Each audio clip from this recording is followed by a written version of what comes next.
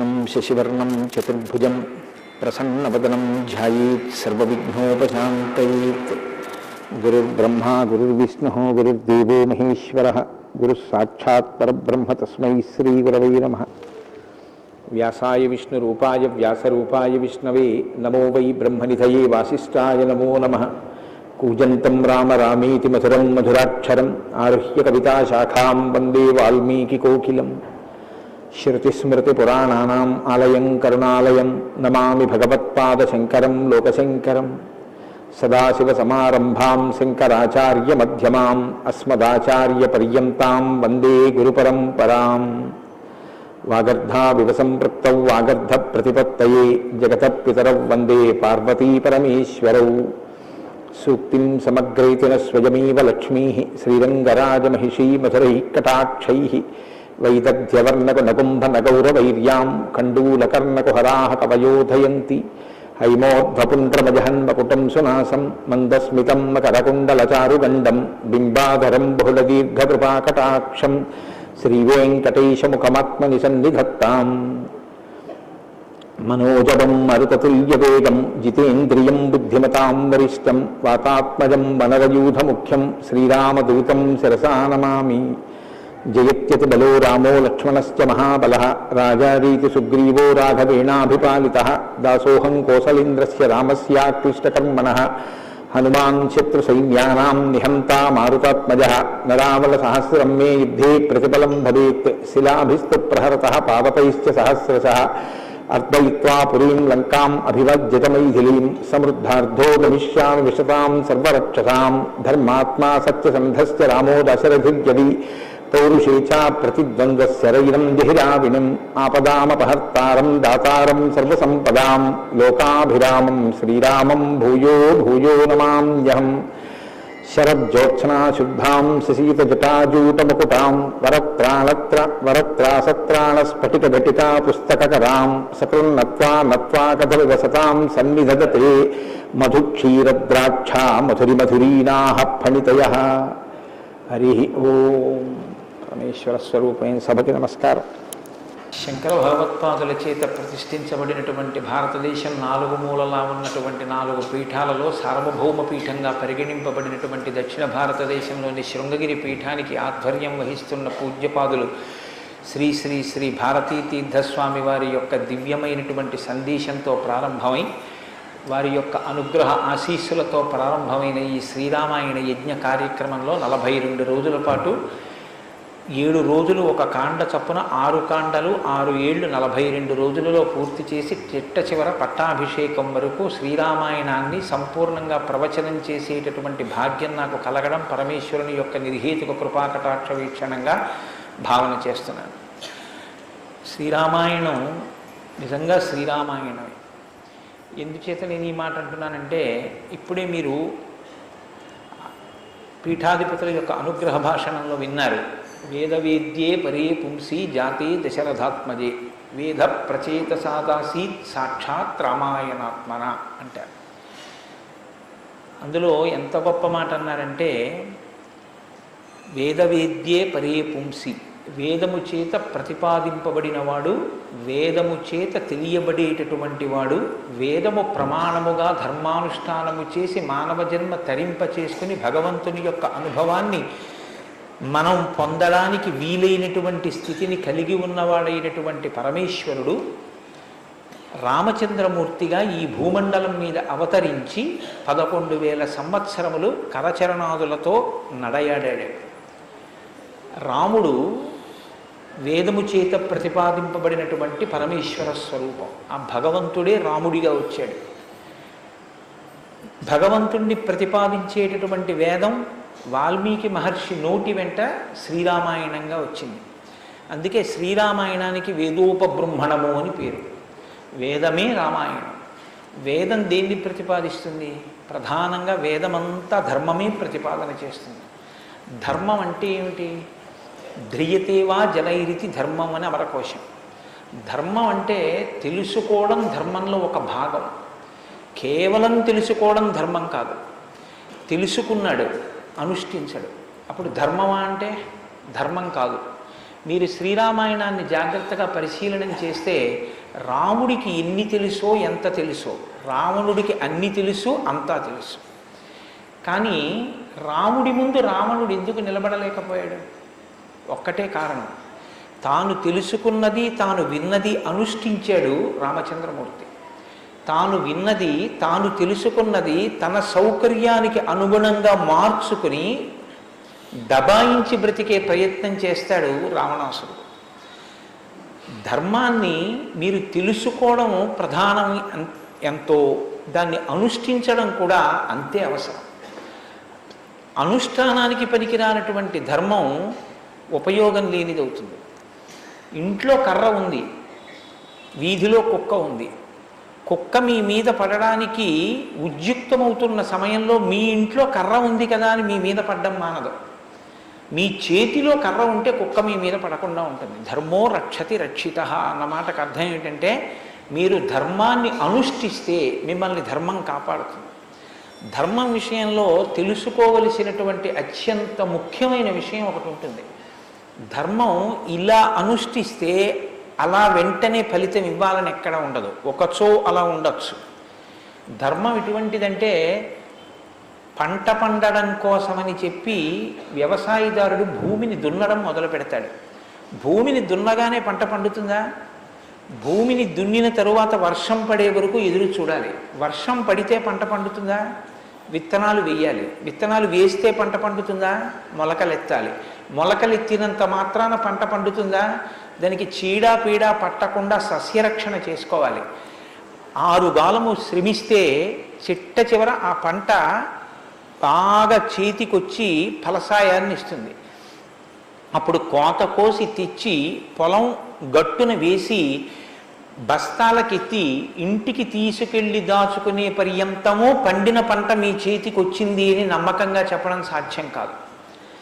ధర్మం కూడా అంతే. ఇవాళ మీరు ధర్మం చేశారు అని వెంటనే ఫలితం ఇవ్వదు. అధర్మం కూడా అంతే. మీరు ఇవాళ అధర్మం చేశారు అని వెంటనే ఫలితం ఇవ్వదు.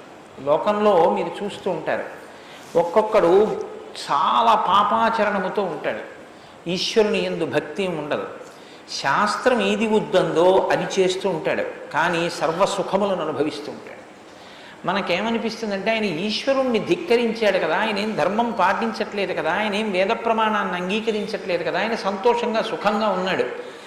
అన్నీ విని అన్నీ నమ్మి అన్నీ విశ్వసించి వేదమును ప్రమాణముగా స్వీకరించి ధర్మమును అనుష్ఠించినటువంటి నేను కష్టాలు పడుతున్నాను, ఏమిటి ఉపయోగం ఈ ధర్మం పట్టుకుంటే అనిపిస్తుంది. ధర్మం పట్టుకోవడం ఎటువంటిది అంటే, పంట పండడం కోసమని పొలం దున్నడం లాంటిది. పొలం దున్ని కష్టపడిన వాడికి పంట ఎప్పటికైనా చేతికొచ్చినట్టే. ధర్మాన్ని అనుష్ఠించిన వాడికి కూడా ధర్మం కాపాడి తీరుతుంది. అధర్మం ఇంటికి అంటుకున్నటువంటి చిన్న మంట లాంటిది. చిన్న మంటే కదా నన్ను ఏం చేస్తుందని పడుకున్న వాడికి చిట్ట చివర ఇల్లంతా ఎలా కాలిపోతుందో, అధర్మంలో మనం ఉన్నామని తెలుసుకుని అధర్మ పథంలోంచి బయటికి వచ్చే ప్రయత్నం చేయకపోతే చిట్ట చివరికి జరిగేటటువంటి పరిణామం కూడా అలాగే ఉంటుంది. కాంచన లంక ఉంది, అంత బలగం ఉంది, అంత గొప్ప సుఖాలు అనుభవించాడు, 10 తలకాయలు ఉన్నాయి, గొప్ప తపస్సు ఉంది, ఈశ్వరుడి యొక్క అనుగ్రహాన్ని పొందాడు, పరమేశ్వరుణ్ణి సాకారంగా దర్శనం చేశాడు, పుష్పక విమానం ఎక్కి ప్రపంచమంతా తిరిగాడు. చిట్ట చివరికి ఏమయ్యాడు?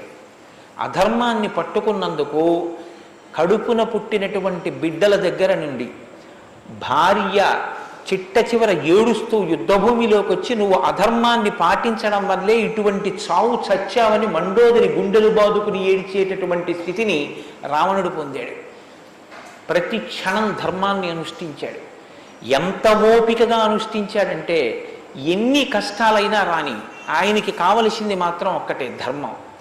ధర్మమా సుఖమా, ధర్మమా కష్టమా, ధర్మమా ప్రయోజనమా, ధర్మమా అడ్డదారా, ధర్మమా కోరిక తీరడమా, మీరు పక్కన ఏవి పెట్టి చూడండి, శ్రీరామచంద్రమూర్తి జీవితం అంతా ఒకటే, ధర్మమే.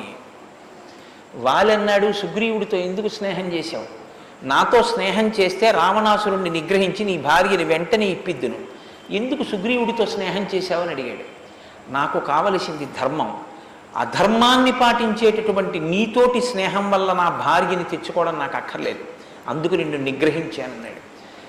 తండ్రి మరణించాడు, చెక్కు చెదరలేదు. భార్యను అపహరించారు, చెక్కు చెదరలేదు. రాజ్యం పోయింది, చెక్కు చెదరలేదు. జటాయువు మరణించాడు, చెక్కు చెదరలేదు. ఇలా కాదన్నయ్య, ఈ మార్గాన్ని విడిచిపెట్టి ఇలా వెళ్ళన్నాడు. తోడ పుట్టినటువంటి లక్ష్మణమూర్తి నాకు వద్దన్నాడు. కన్న తల్లి కౌసల్య అంది, నీ తండ్రి ఇటువంటి దురాత్ముడు, కాబట్టి నన్ను కూడా నీతో తీసుకెళ్ళండి. వద్దమ్మా, ధర్మం ప్రధానం అన్నాడు. ఎన్ని పర్యాయాలు ఆయన మాట్లాడితే ధర్మం ధర్మం ధర్మం. అయితే ఇక్కడ మీరు ఒక మాట గమనించవలసి ఉంటుంది. ధర్మం అంటే ఏది ధర్మం? కోటేశ్వరరావు గారు చెప్తే ధర్మం అవుతుందా? లేకపోతే ఎవరో నేను ఇది చెప్తానండి ఇది ధర్మం అంటే అవుతుందా? మనం చెప్తే ధర్మం అవదు, వేదం చెప్తే ధర్మం అవుతుంది. వేదం ఏది చెప్పిందో అది ధర్మం. వేదమునకు వ్యతిరేకముగా చెప్పనటువంటి స్మృతి చెప్పినది ధర్మం. వేదమునకు వ్యతిరేకంగా చెప్పని స్మృతి చెప్పిన మాట పాటించిన వాడిది ధర్మం. ఆ ధర్మం ఎవడు పట్టుకుంటాడో వాడే శ్రీరాముడు. ఆ ధర్మాన్ని ఎవడు పట్టుకుంటాడో వాడు అంతిమంగా పొందేది ఏదంటే విజయమే. 11,000 సంవత్సరములు ఈ భూమండలాన్ని పరిపాలించినటువంటి రామచంద్రమూర్తి పడనటువంటి కష్టం లేదు. ఇన్ని కష్టాలు పడుతున్నా ఆయన ఇతరులకు సుఖాన్ని ఇచ్చాడు, ఇతరులకు ఆనందం ఇచ్చాడు, ఇతరులకు సంతోషం ఇచ్చాడు తప్ప నేనింత కష్టంలో ఉన్నాను మీరు ఎందుకు నవ్వాలని ఆయన ఎన్నడూ అడగలేదు. అందుకే రాముడు యోగి అన్నారు పెద్దలు. యోగి అంటే పైన ఎన్ని కష్టాలైనా రావచ్చు, కానీ లోపల మాత్రం తాను నిర్వికారంగా ఉంటాడు. అందుకే పుట్టినది కూడా నవమి తిథి నాడు పుట్టాడు మహానుభావుడు. 9 అంకెకున్న గొప్పతనం చూడండి. మీరు ఎంత పెట్టి 9ని హెచ్చ వేయండి మళ్ళీ 9గా మారుతూ ఉంటుంది. 9 ఒకట్ల 9, 9 2 18, 8 1 9, 9 3 27, 7 2 9, 9 4 36, 6 3 9, 9 5 45, 5 4 9. ఏం చేసినా మళ్ళీ 9 అవుతూ ఉంటుంది. ఎన్ని కష్టాలు బయట రానివ్వండి, ఎన్ని వైక్లభ్యాలు కలగనివ్వండి, లోపల మాత్రం రాముడు ఎప్పుడూ ధర్మాన్నే పట్టుకొని ఉంటాడు. ధర్మాన్ని పట్టుకోవడం అంటే రాముడు రామాయణంలో మాట్లాడింది మీరు గమనించాలి. ఎప్పుడైనా రామాయణం చదవడం, రామాయణం వినడం అంటే ఒక్క పర్యాయం అని మీరు అనుకోకండి. రామాయణాన్ని బహుకోణాలలో చదవండి. రాముడు మాట్లాడితే అని రామాయణం చదవండి ఒకసారి. రాముడు ఎప్పుడు నేను ఇలా చెప్తాను అని అనడు. రాముడు ఎప్పుడు చెప్పినా ఎలా చెప్తాడంటే ఋషులు ఇలా చెప్పారంటాడు, పెద్దలు ఇలా చెప్పారంటాడు, శాస్త్రం ఇలా చెప్పిందంటాడు తప్ప నేను ఇలా చెప్తానన్నాడు రాముడు. తన నిర్ణయం కాదు, తాను ఏది చెప్పాలో కాదు, శాస్త్రం ఏం చెప్పిందో చెప్తాడు, ఋషులు ఏం చెప్పారో చెప్తాడు, పెద్దలు ఏం చెప్పారో చెప్తాడు, తాను ఎందుకు ధర్మాన్ని అనుష్ఠిస్తున్నానో చెప్తాడు. తన జీవితాన్ని ఆదర్శవంతంగా తీసుకొచ్చి మనుష్య జాతికంతటికి ఫలంగా అందించాడు. అటువంటి ధర్మాత్ముడైనటువంటి రామచంద్రమూర్తి మనుష్యుడిగా అవతారాన్ని స్వీకరించి ఉండకపోతే అసలు మనుష్యుని యొక్క జన్మ ప్రయోజనం ఇంత గొప్పవాడా మనిషి అన్న విషయమే లోకానికి అర్థమయ్యుండేది కాదు. ఎందుకంటే మీరు ఒక విషయాన్ని జాగ్రత్తగా గమనించండి. రామావతార స్వీకారానికి ముందరే రామనామం లోకంలో ఉంది. రామావతారానికి ముందు రామనామం లేకపోతే వాల్మీకి మహర్షికి రామనామాన్ని ఎలాగా ఉపదేశం చేశారు ఋషులు? ఆయనకి ఉపదేశం చేసిన తరువాత కదా రామచంద్రమూర్తి అవతారం వచ్చింది. ఆయన వాల్మీకిగా మారిన తరువాత కదా రాముడు పుట్టింది. కాబట్టి రామ అన్న నామం సాక్షాత్తు ఈశ్వరుడి యొక్క నామం. అది రమయతీతి రామ, లోకులనందరినీ రమింపచేసేటటువంటి నామం.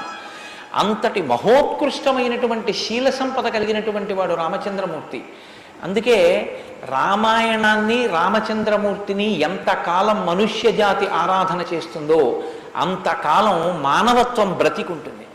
ఏనాడు రామచంద్రమూర్తిని మరిచిపోతామో, ఏనాడు రామాయణం మనకు అక్కర్లేదని అంటామో ఆనాడు మనిషిగా కనపడుతున్న మనుష్యత్వం చచ్చిపోతుంది, మానవత్వం చచ్చిపోతుంది, నరత్వం చచ్చిపోతుంది.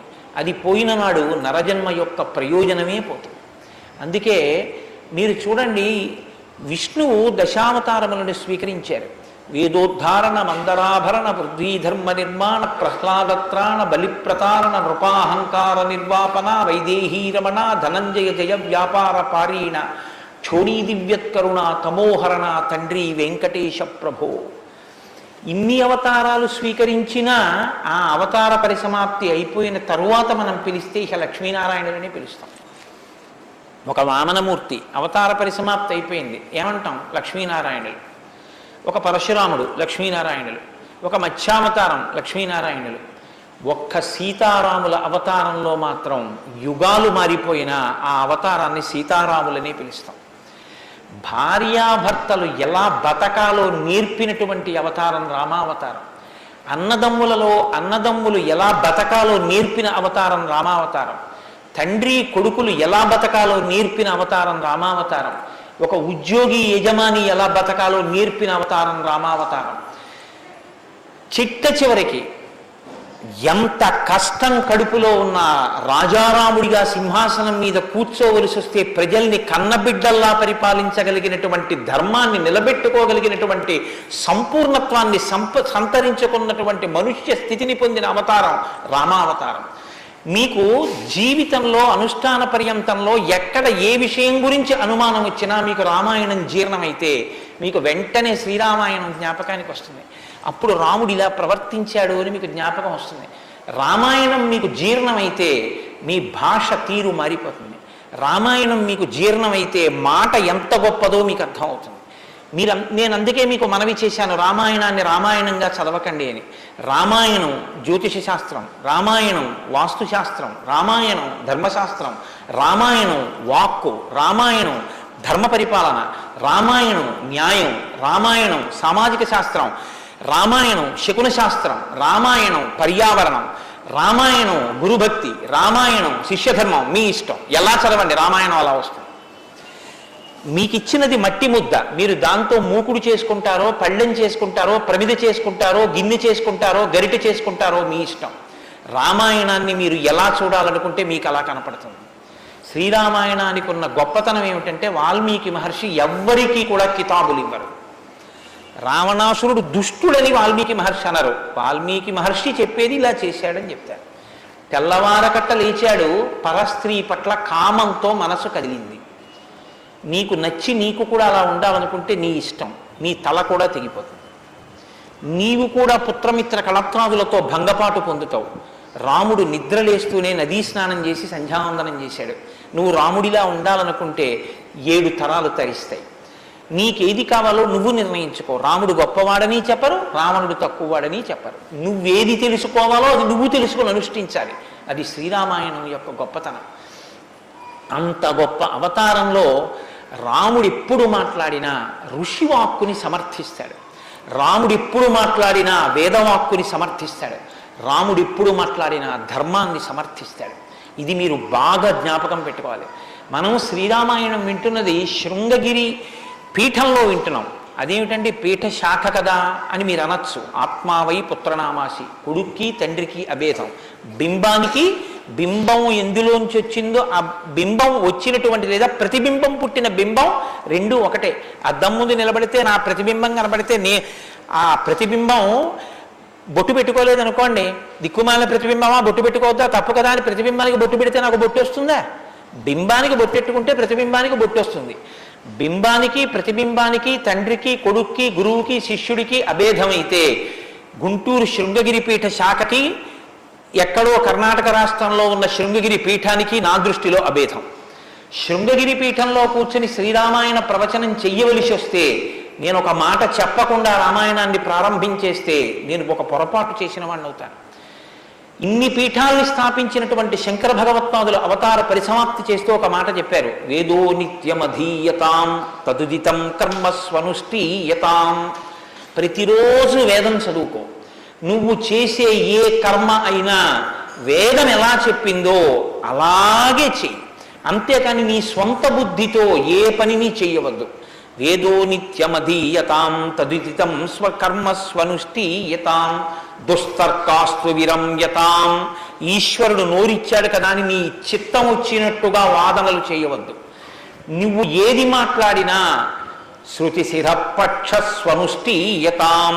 ఉపనిషత్తులు ఏం చెప్పాయో వేదం ఏం చెప్పిందో దాన్ని సమర్థించడానికి నీ వాగ్బలాన్ని ఉపయోగించు. అంతేకాని ఈశ్వరుడు వాక్కు ఇచ్చాడు కదా అని నీ ఇష్టం వచ్చినట్టు నువ్వు మాట్లాడితే చూడలేదు లెక్క కట్టుకోలేడని నువ్వు అనుకోవద్దు. లెక్క కట్టేవాడు ఒకడు ఉన్నాడు. మీరు చూడండి, 84 లక్షల జీవరాశులు ఈ ప్రపంచంలో ఉన్నాయి. 84 లక్షల జీవరాశుల్లో 83,99,999 జీవరాశులకు వాక్కు లేదు. ఒక్క నరజన్మకే వాక్కుంది. మళ్ళీ ఈ నరజన్మలో కొంతమంది మాత్రమే ఆ మాట చెప్పగలరు.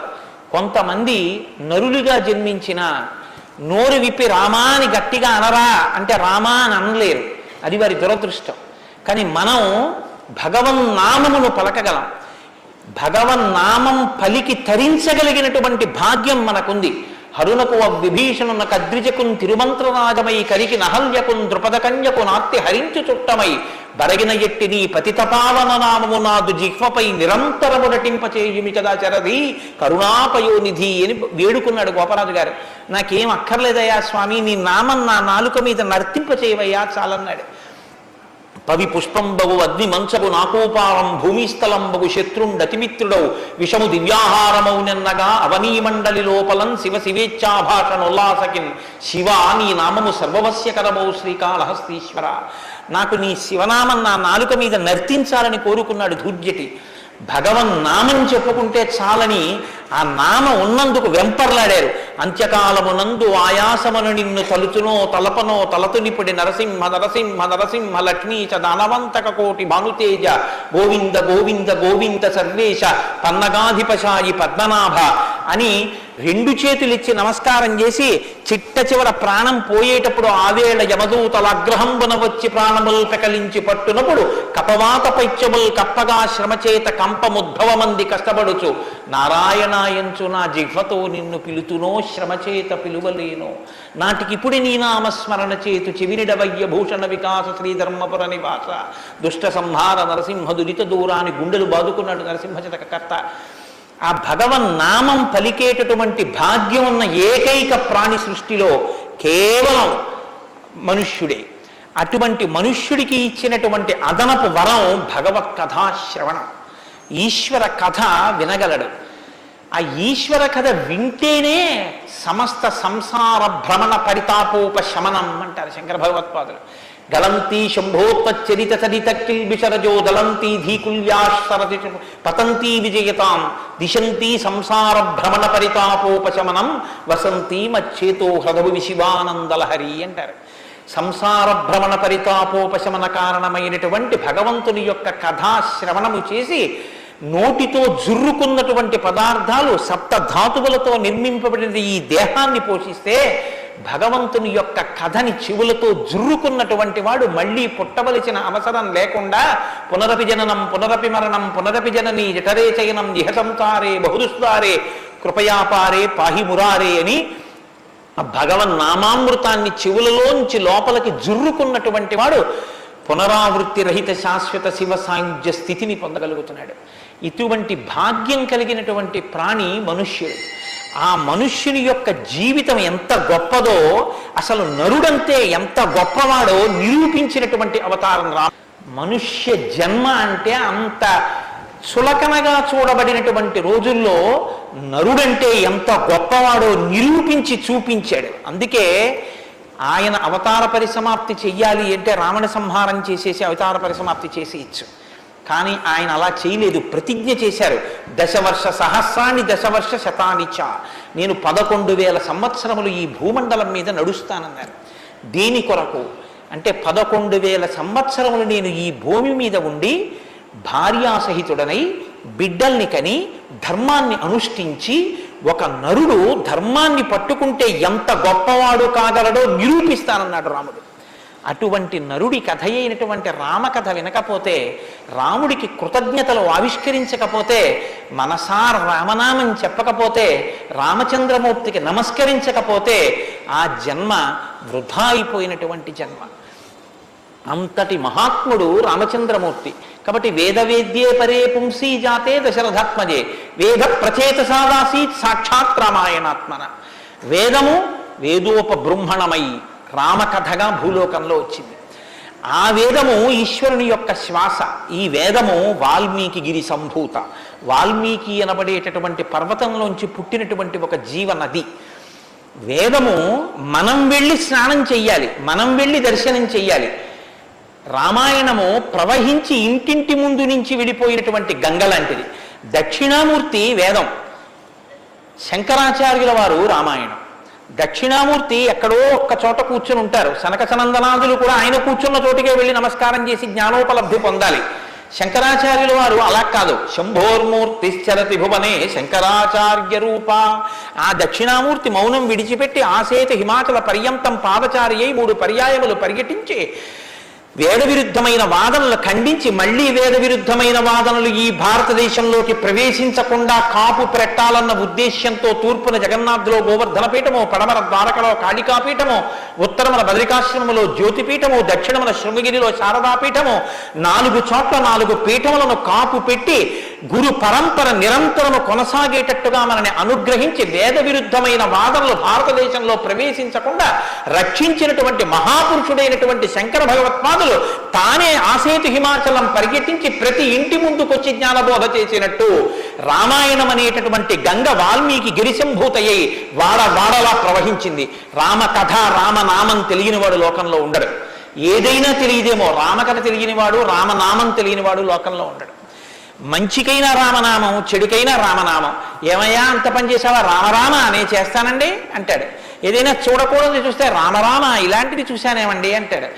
ఏదైనా మంచి జరిగితే రామరామ ఎంత మంచి మాట విన్నాను ఇవ్వాలంటాడు. భారతీయ సంస్కృతిలో రామనామం మమేకం అయిపోయింది. అటువంటి రామాయణం, అటువంటి రామనామం ధర్మానికి ఆలవాలం. ధర్మాన్ని వ్యతిరేకించడం కన్నా ఘోరమైన పాపం లోకంలో ఇంకోటి ఉండదు. ఇవాల్టి రోజున రామాయణం యొక్క ఆవశ్యకత మరీ ఎక్కువ. ఎందుచేతనో తెలుసా అండి? ఒకానొకప్పుడు ధర్మానికి వ్యతిరేకంగా మాట్లాడితేనే చాలా దోషం. అటువంటిది ఇవాళ ఏ స్థితి వచ్చేసిందంటే ధర్మాన్ని ధర్మము అని పేరు పెట్టి వ్యతిరేకంగా మాట్లాడితే బాగుండదని ధర్మానికి ఇంకొక పేరు పెట్టి వ్యతిరేకంగా మాట్లాడే రోజులు వచ్చాయి. ఒకడు ఆవుని చంపేయాలనుకున్నాడు. ఆవుని చంపేయండి అంటే మిగిలిన వాళ్ళు బుద్ధి ఉందా లేదా అంటారు. అందుకని ఆవుని ఇంకొక క్రూర మృగం పేరు పెట్టి పిలిచి చంపేయమన్నాడు వాడు. ఎంత గడుసరితనం చూడండి. ఈ పులిని చంపేయండి అన్నాడు. పులిని చంపేయండి అంటే చూడని వాడేమనుకుంటాడు? పులిని చంపేస్తే తప్పేమిటి, వచ్చి ఊళ్ళ మీద పడిపోతుంది అనుకుంటాడు. అది పావుని చంపేయండి అన్నాడు. విన్నవాడు పావు అనుకున్నాడు, కనదు ఆవు. ఆవుని చూపించి పావుని చంపేయండి అన్నాడు. వాడికి తెలియదా ఇది ఆవు అని? తెలుసు. మరి ఆవుని చంపేయండి అని ఎందుకండ అంటే ఆవుని చంపేయండి అంటే ఆవుని చంపడం ఏమిట్రా అంటారని పావుని చంపేయండి అన్నాడు. తెలిసి ధర్మాన్ని ఆచరించకండి అంటే జనం తిరగబడతారని మూఢ విశ్వాసాల జోలికి వెళ్ళకండి అంటున్నాడు. పేరు మార్చారు కానీ వ్యవస్థని ధర్మానికి దూరం చేస్తున్నారు. ఆ స్థితి నుంచి మనం రక్షింపబడాలంటే మనకున్న ఆధారం ఒక్కటే, శ్రీరామాయణాన్ని వినాలి, శ్రీరామాయణాన్ని బాగా తెలుసుకోవాలి, శ్రీరామాయణాన్ని తరచి తరచి గమనించాలి. రామాయణం మనకి తెలుసున్న రామకథే కదా అనుకోకండి. నేను మీకు యథార్థం మనవి చేస్తున్నాను. మీరు రామాయణాన్ని ఎన్ని మాటలు చదవండి, ఎన్ని మాటలు వినండి, మీకు రామాయణం కొత్త కోణంలో ప్రకాశిస్తుంది, రామాయణం కొత్త కోణంలో భాషిస్తుంది. అంత గొప్ప రామాయణం. సరే నువ్వు చెప్పేది రామాయణం కదా, రామాయణం గురించి ఎందుకు అంతసేపు చెప్తావు? మేము ఎదర వింటాం కదా రామాయణం. అసలు నువ్వు రామాయణం ప్రారంభం చెయ్యి అని మీరు అంటారు, నాకు తెలుసు. శ్రీరామాయణ ప్రారంభం ఎక్కడ జరిగింది అంటే తపస్వాధ్యాయ నిరతం తపస్వీ వాగ్విదాం వరం నారదం పరిపప్రచ్చర్ వాల్మీకి మునిపుంగవం అన్నారు. ఒకానొక నాడు వాల్మీకి మహర్షి తన ఆశ్రమంలో ఉన్నారు. నారద మహర్షి వచ్చారు. నారద మహర్షి వస్తే వచ్చిన నారద మహర్షి ఎటువంటి వారో చెప్తున్నారు. మొదట ఏదో నారదుడు వచ్చారు, వాల్మీకి అడిగారు, అది కాదు ఆ శ్లోకం. మీరు ఆ శ్లోకాన్ని చాలా జాగ్రత్తగా గమనించాలి. ఎటువంటి నారదుడు ఎటువంటి వాల్మీకి మహర్షి ఆశ్రమానికి వచ్చారట? తపస్వాధ్యాయ నిరతం తపస్వి వాగ్విదాం వరం నారదం పరిపప్రచ్చర్ వాల్మీకిర్ మునిపుంగవం. ఈ శ్లోకం నేను చెప్పే ముందు మీతో ఒక మాట నేను మనవి చెయ్యాలి. వాల్మీకి మహర్షి ఆశ్రమానికి నారదుడు వచ్చి సంక్షేప రామాయణం చెప్పిన తరువాత కదా రామాయణం ప్రచారంలోకి వచ్చింది. వాల్మీకి మహర్షి ఆశ్రమానికి నారద మహర్షి వచ్చిన తరువాత రామాయణాన్ని ఎవరికి నేర్పారు? ఆయన రచన చేసి మొట్టమొదట ఎవరికి నేర్పి ఉండాలి? ప్రవాహము అంటే ఎవరి ద్వారానో వెళ్ళాలి కదా. అది మొట్టమొదట లోకంలో దాన్ని ప్రచారం ఎవరితో ప్రారంభమైంది? వాల్మీకి రామాయణ రచన చేసి ఎవరికి నేర్పారు? వాల్మీకి రామాయణ రచన చెయ్యగానే నేర్పిన మొట్టమొదటి శిష్యులు లవకుశులు. లవకుశులకి మొట్టమొదట రామాయణం నేర్పుంటే సీతమ్మ వాల్మీకి ఆశ్రమంలో ఉందా లేదా? ఉంది. వాల్మీకి ఆశ్రమంలోకి సీతమ్మ వచ్చి లవకుశులు పెద్దవాళ్ళై గురువు గారి దగ్గర శ్రీరామాయణాన్ని ఉపదేశం పొందడానికి యోగ్యమైనంత వయస్సు వచ్చేసిన తరువాత నారద మహర్షి వచ్చారు. వచ్చి సంక్షేప రామాయణం చెప్పారు. అప్పటి వరకు రామాయణం లేదు లోకంలో, అంతే. ఎందుకంటే తర్వాత కదా వాల్మీకి రచించారు సంక్షేప రామాయణం విన్నాక. కాబట్టి ఇప్పుడు రామాయణ కథ ఏ స్థాయిలో ఉంది, ఏ స్థితి దగ్గర ఉంది రామాయణ రచన మొదలయ్యేప్పటికీ? రామాయణం పూర్తయిపోయే స్థితిలో ఉంది. రామాయణం పూర్తయిపోయే స్థితిలో రామాయణ రచన ప్రారంభమైంది. ఇది మీరు గమనించాలి. రామచంద్రమూర్తి పుట్టక ముందు రామాయణాన్ని రచించలేదు వాల్మీకి. రామచంద్రమూర్తి పట్టాభిషేక పూర్వం రామాయణ రచన జరగలేదు. రామాయణ రచన ఎప్పుడు జరిగినట్టు? రామచంద్రమూర్తి పట్టాభిషేకం చేసుకుని సీతమ్మ తల్లిని అడవులలో విడిచిపెట్టి అడవులలో ఉన్న సీతమ్మని వాల్మీకి మహర్షి తన కుటీరానికి తీసుకెళ్లి లవకుశులు జన్మించి వాళ్ళు పెరిగి పెద్దవాళ్ళై యోగ్యులై విద్యాభ్యాసం చేసి సంగీత విద్యలో మంచి నిష్ణాతులై వాల్మీకి మహర్షి రచించిన రామాయణాన్ని బోధ చేస్తే నేర్చుకుని లోకంలో ప్రచారం చెయ్యగలిగినంత వయస్సు వాళ్ళు వచ్చిన తరువాత నారద మహర్షి వచ్చారు అక్కడికి. అలా ఎందుకు జరగాలి అంటే, వచ్చినటువంటి మహానుభావుడు రామచంద్రమూర్తిగా వచ్చాడు. మనుష్యుడిగా నడిచి చూపించేశాడు. అప్పటికే 11,000 సంవత్సరాలు ఇంచుమించు పూర్తయిపోతున్నాయి. జరిగిన కథ జరిగిపోయింది. జరిగిన కథ జరిగిపోయిన తర్వాత ఇప్పుడు వచ్చాడు నారదుడు. ఇప్పుడు జరిగిపోయిన కథలో అడుగు తీసి అడుగు వేస్తే ధర్మం. రామాయణంలో అడుగు తీసి అడుగేస్తే ఎంత కథ చెప్పాలండి నారదుడు వాల్మీకి మహర్షికి? రాముడు పుట్టుక ముందు దగ్గర నుంచి చాలా కష్టపడి రాముడు ఇలా మాట్లాడాడు, రాముడు అలా మాట్లాడాడు, సీతమ్మ రాముడి దగ్గరికి ఇలా వెళ్ళింది, దశరథ మహారాజు గారి దగ్గరికి రాముడు ఇలా వెళ్ళాడు, రాముడు కౌశల్య దగ్గరికి ఇలా వెళ్ళాడు, రాముడితో ఇలా మాట్లాడాడు, ఇవన్నీ నారదుడు చెప్పాలి. నారదుడు ఎలా చెప్పగలడు? చెప్పగలడు. సర్వజ్ఞుడు, మహానుభావుడు, గురుస్వరూపం కాబట్టి చెప్పగలడు. కానీ అలా చెప్తూ వెడితే రామాయణం ఎవరు చెప్పినట్టు అవుతుంది? నారదుడు చెప్పింది వాల్మీకి రాసింది అవుతుంది. మరి వాల్మీకి రామాయణ రచన చేశారని మనం ఎలా చెప్తున్నాం? ఒకటే కారణం, సంక్షేప రామాయణమే నారదుడు చెప్పాడు. కేవలం ఒక 100 శ్లోకాల దగ్గరలో రామకథని ఒక్కసారి అలా చిన్న మాల కింద అల్లి చెప్పి వెళ్ళిపోయాడంతే. మిగిలిన రామకథ రాముడు ఎలా కదిలాడో, ఎలా అడుగేశాడో, ఎలా నడిచాడో, ఎలా మాట్లాడాడో ఇవన్నీ వాల్మీకి మహర్షికి కనపడ్డాయి. ఎప్పుడు? అయిపోయాక కదండి. రాముడు పుట్టేశాక, రాముడు మాట్లాడాక, రాముడి పెళ్ళైపోయాక, రాముడు యుద్ధం చేశాక, రాముడు అప్పుడు సీతమ్మతో అంతఃపురంలో ఇలా మాట్లాడాడని వాల్మీకి తెలిసింది. ఎలా తెలిసింది?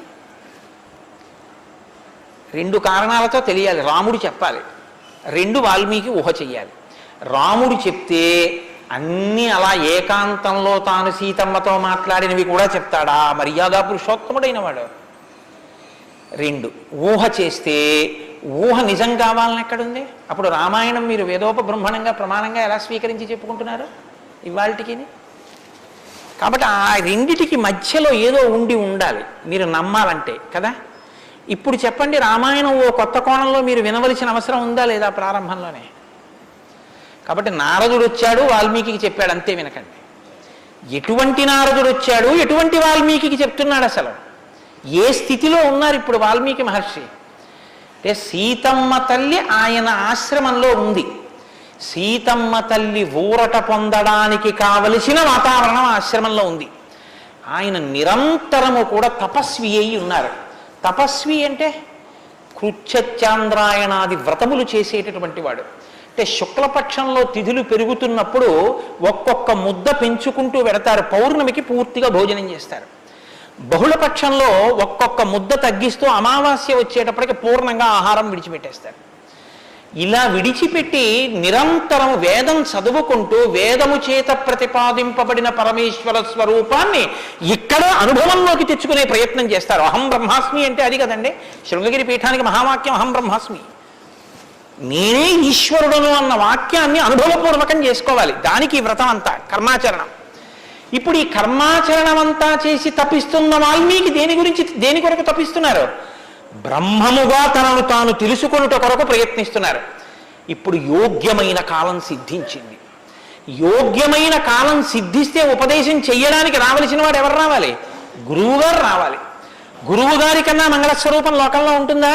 ఇంకుండదు. అన్నిటికన్నా మంగళస్వరూపం ఏది అంటే గురువుగారి. గురువుగారి కన్నా గొప్పవాడు, గురువుగారి కన్నా అధికుడు లోకంలో ఉండడు. న గురోరధికం న గురోరధికం న గురోరధికం ఇది శివశాసనత. గురువు కన్నా అధికుడు ఇహ లోకంలో లేడు. మరి ఈశ్వరుడండి అని మీకు అనుమానం రావచ్చు. ఈశ్వరుడి కన్నా అధికుడు గురువే. ఎందువల్ల? అసలు గురువు లేకపోతే ఈశ్వరుడి యొక్క అస్తిత్వం ప్రకటనం కాదు. సరికదా? నేను మీకు ఒక మాటలో చెప్పాలంటే, శృంగగిరి పీఠాధిపత్యం వహించిన చంద్రశేఖర భారతీ స్వామి వారి దగ్గరికి ఒక వ్యక్తి వెళ్ళి అన్నాడు, నా దగ్గర ఒకటి కన్నా ఎక్కువ మంత్రాలు ఉపదేశం పొందినవి ఉన్నాయి. నేను ఒక మంత్రానికి ధ్యాన శ్లోకం చేసి మంత్రాన్ని అనుష్ఠిస్తుంటే ఇంకో మంత్రం యొక్క ధ్యాన శ్లోకంలో స్వరూపం కనపడుతోంది, నన్ను ఏం చేయమంటారని అడిగాడు. ఆయన అన్నారు, నీకు ఉపదేశం చేసినటువంటి గురువు గారి పాదాలు నీకు కనపడుతుంటాయా? అయ్యో నాకు చాలా ఇష్టం అండి, మా గురువు గారి పాదాలు నాకు బాగా జ్ఞాపకం. ఏ మంత్రం చేసినా గురువుగారి పాదాలే చూడన్నారు. అలా ఎలా కుదురుతుందండి అన్నాడు ఆయన. ఆ ధ్యాన శ్లోకంలో రూపం కదా చూడాలి. ఏ మంత్రం చేసినా గురువుగారి పాదాలు ఎలా చూస్తాం? ఏ గురుర్ బ్రహ్మ గురుర్ విష్ణు గురుర్దేవో మహేశ్వర, గురువే బ్రహ్మ గురువే విష్ణువు గురువే మహేశ్వరుడు. ఇక గురువుగారి పాదాలే ఆ దేవతలన్నీ. కాబట్టి గురువుగారి పాదాలు చూస్తూ నువ్వు ఏ మంత్రం చెప్పినా ఆ మంత్రం సిద్ధిస్తుంది. అయినప్పుడు ఇప్పుడు గురు దర్శనమే మంగళకరమైనటువంటి దర్శనం. నారదుని యొక్క దర్శనం, నారదుని యొక్క పేరెత్తడం కన్నా గొప్పతనం ఇంకోట్లేదు. కాబట్టి ఇప్పుడు రామాయణ ప్రారంభం దేనితో ప్రారంభమైంది? గురువు గారి దర్శనంతో ప్రారంభమైంది. నారద మహర్షి దర్శనం గురువు యొక్క దర్శనం. ఎవరికి? వాల్మీకి. రామాయణాన్ని నమ్ముకున్న జాతికి ప్రతినిధి. మనకే దర్శనంతో ప్రారంభమైంది? జగద్గురు దర్శనంతో మనకి ప్రారంభమైంది. కాబట్టి ఇప్పుడు ఎవరొచ్చారు? ఆ వచ్చినటువంటి వ్యక్తి సామాన్యమైనటువంటి వ్యక్తి రాలేదు, నారదుడు. ఆ వచ్చినటువంటి వారు మహానుభావుడై తపస్వాధ్యాయ నిరతం, నిరంతరము తపస్సు చేసేటటువంటి వారు. మీతో మాట మనవి చేశాను. తపస్సు అంటే ఈ వ్రతమును ఆచరిస్తూ నిత్య నైమిత్తిక కర్మలను వైక్లభ్యం లేకుండా అనుష్ఠించేటటువంటి వారు. నిత్యకర్మ అని ఒకటి ఉంటుంది, అది ఎప్పుడూ మానడానికి వీల్లేదు. సంధ్యావందనం ఉంది, ఎప్పుడూ మానకూడదు, ఎప్పుడూ చేయవలసిందే. నైమిత్తిక కర్మ ఉంది, ఒక్కొక్క తిథి నాడు ఒక్కొక్కటి చేయవలసి ఉంటుంది. శ్రీరామ నవమి వచ్చిందనుకోండి, ఏం చెయ్యాలి? శ్రీరామనవమి నాడు ఉదయం నుంచి రాత్రి వరకు శ్రీరామ జయరామ జయ జయరామ అన్న 13 అక్షరాల మంత్రాన్ని రాత్రి వరకు చేసి, రాత్రి ప్రదక్షిణం చేసి, ఉపవాసం చేసి, మరునాడు ఉదయం ఎక్కడ మీరు ఈ మంత్రం చేశారో అక్కడికి వచ్చిన తరువాత శ్రీరామ పట్టాభిషేక సర్గ, శ్రీరామావతార సర్గ, ఈ 2 సర్గలు పారాయణ చేయాలి. ఈ 2 పారాయణ చేసి, మొన్న శ్రీరామనవమి నాడు మేము కాకినాడలో అయ్యప్ప స్వామి దేవాలయంలో చేశాం. అవి ఈ 2 సర్గలు పారాయణ చేసి, తదనంతరం ముందు పేదలకి అన్నదానం నారాయణ సేవగా చేసి, తరువాత తాను ఆహారం స్వీకరించాలి. అది శ్రీరామనవమి నాడు చేయవలసినటువంటి విధానం. దీన్ని నైమిత్తిక తిథి ఆచరణము అంటారు. ఒక్కొక్క తిథి ఒక్కొక్కలా చెయ్యాలి. నిత్యకర్మ చేస్తూ, నైమిత్తిక తిథులను చేస్తూ, కృత్యచరాంద్రాయణాది వ్రతములను చేస్తూ, ఎప్పుడూ వేదాన్ని అలా చదువుకుంటూ, వేదము చెప్పినటువంటి హృదయాన్ని, వేదము చెప్పినటువంటి మంత్రములలో ఉన్న సారమును అవగతం చేసుకుని బ్రహ్మమును అనుభవంలోకి తెచ్చుకునేటటువంటి ప్రయత్నం చెయ్యడానికి ఉపకరణంగా ఈ శరీరాన్ని వాడుకుంటున్నవారు. ఎంత తేడా ఉందో మీరు గమనించండి. మనం ఏం చేస్తామంటే, ఈ శరీరాన్ని పోషించి ఈ శరీరము వలన ఎన్ని సుఖములు పొందవచ్చో అన్ని సుఖములను పొందడానికి సాధనంగా దీన్ని వాడతాం. ఇది ఎందుకు అంటే, దీంతో అబ్బో ఎన్ని రుచులు చూస్తాడో, దీనికి ఎన్ని స్పర్శ సుఖాలు ఇస్తాడో, దీంతో ఎన్ని వినకూడనివి వింటాడో, దీంతో ఎన్ని పీల్చకూడనివి పీలుస్తాడో. వాళ్ళు ఏం చేస్తారంటే, దీన్ని సాధనంగా చేసుకుని దీన్ని ఎలా వాడుకోవాలో అలా వాడుకుంటూ దీన్ని అడ్డు పెట్టుకుని, దీని ద్వారా దేన్ని తెలుసుకున్న తర్వాత ఇది పడిపోయినా పర్వాలేదో అది తెలుసుకోవడానికి ఉపకరణంగా దీన్ని వాడుకుంటారు. ఏమిటో నువ్వు అలా అన్నావు కానీ ఆ మాట ఏం స్పష్టంగా లేదని మీరు అంటారు, నాకు తెలుసు. భగవాన్ రమణుల మాటల్లో చెప్తే మీకు స్పష్టంగా అర్థమవుతుంది. ఇప్పుడు నేను అన్న మాటకి తెలుసుకోవలసినది తెలుసుకునేంత వరకు దీన్ని ఉపకరణంగా వాడుకోవడం అంటే ఏమిటని అడిగారు రమణ మహర్షిని. ఆయన అన్నారు, భోజనం చేశాక విస్తర అవతల పారేయడం. విస్తరణ ఏం చేస్తారండి? బాదమాకులు తెచ్చి, చీపురు పుల్లలు తెచ్చి, సన్నగా చీల్చి ముక్కలు చేసి, అన్నం తినేటప్పుడు ఊడిపోయి అన్నంలో కలిసిపోకుండా జాగ్రత్తగా కుట్టి, ఆకు తెచ్చి వేసుకుని, నీళ్లు జల్లి తుడిచి, పదార్థాలు వేసుకుని, అన్నం అంతా తిని ఉత్తరాపోసనం పట్టిన తర్వాత అప్పుడు తీసుకెళ్ళి ఆకు మీద పెంటకుప్ప మీద పారేస్తారు. అంతేగాని ఆకు పుట్టింది ఎందుకు అంటే, ఆకు పుట్టింది ఎందుకు అంటే చివరి పెంటకుప్ప మీద పారేయడమేనండి. అది పారేస్తాం అంటారా?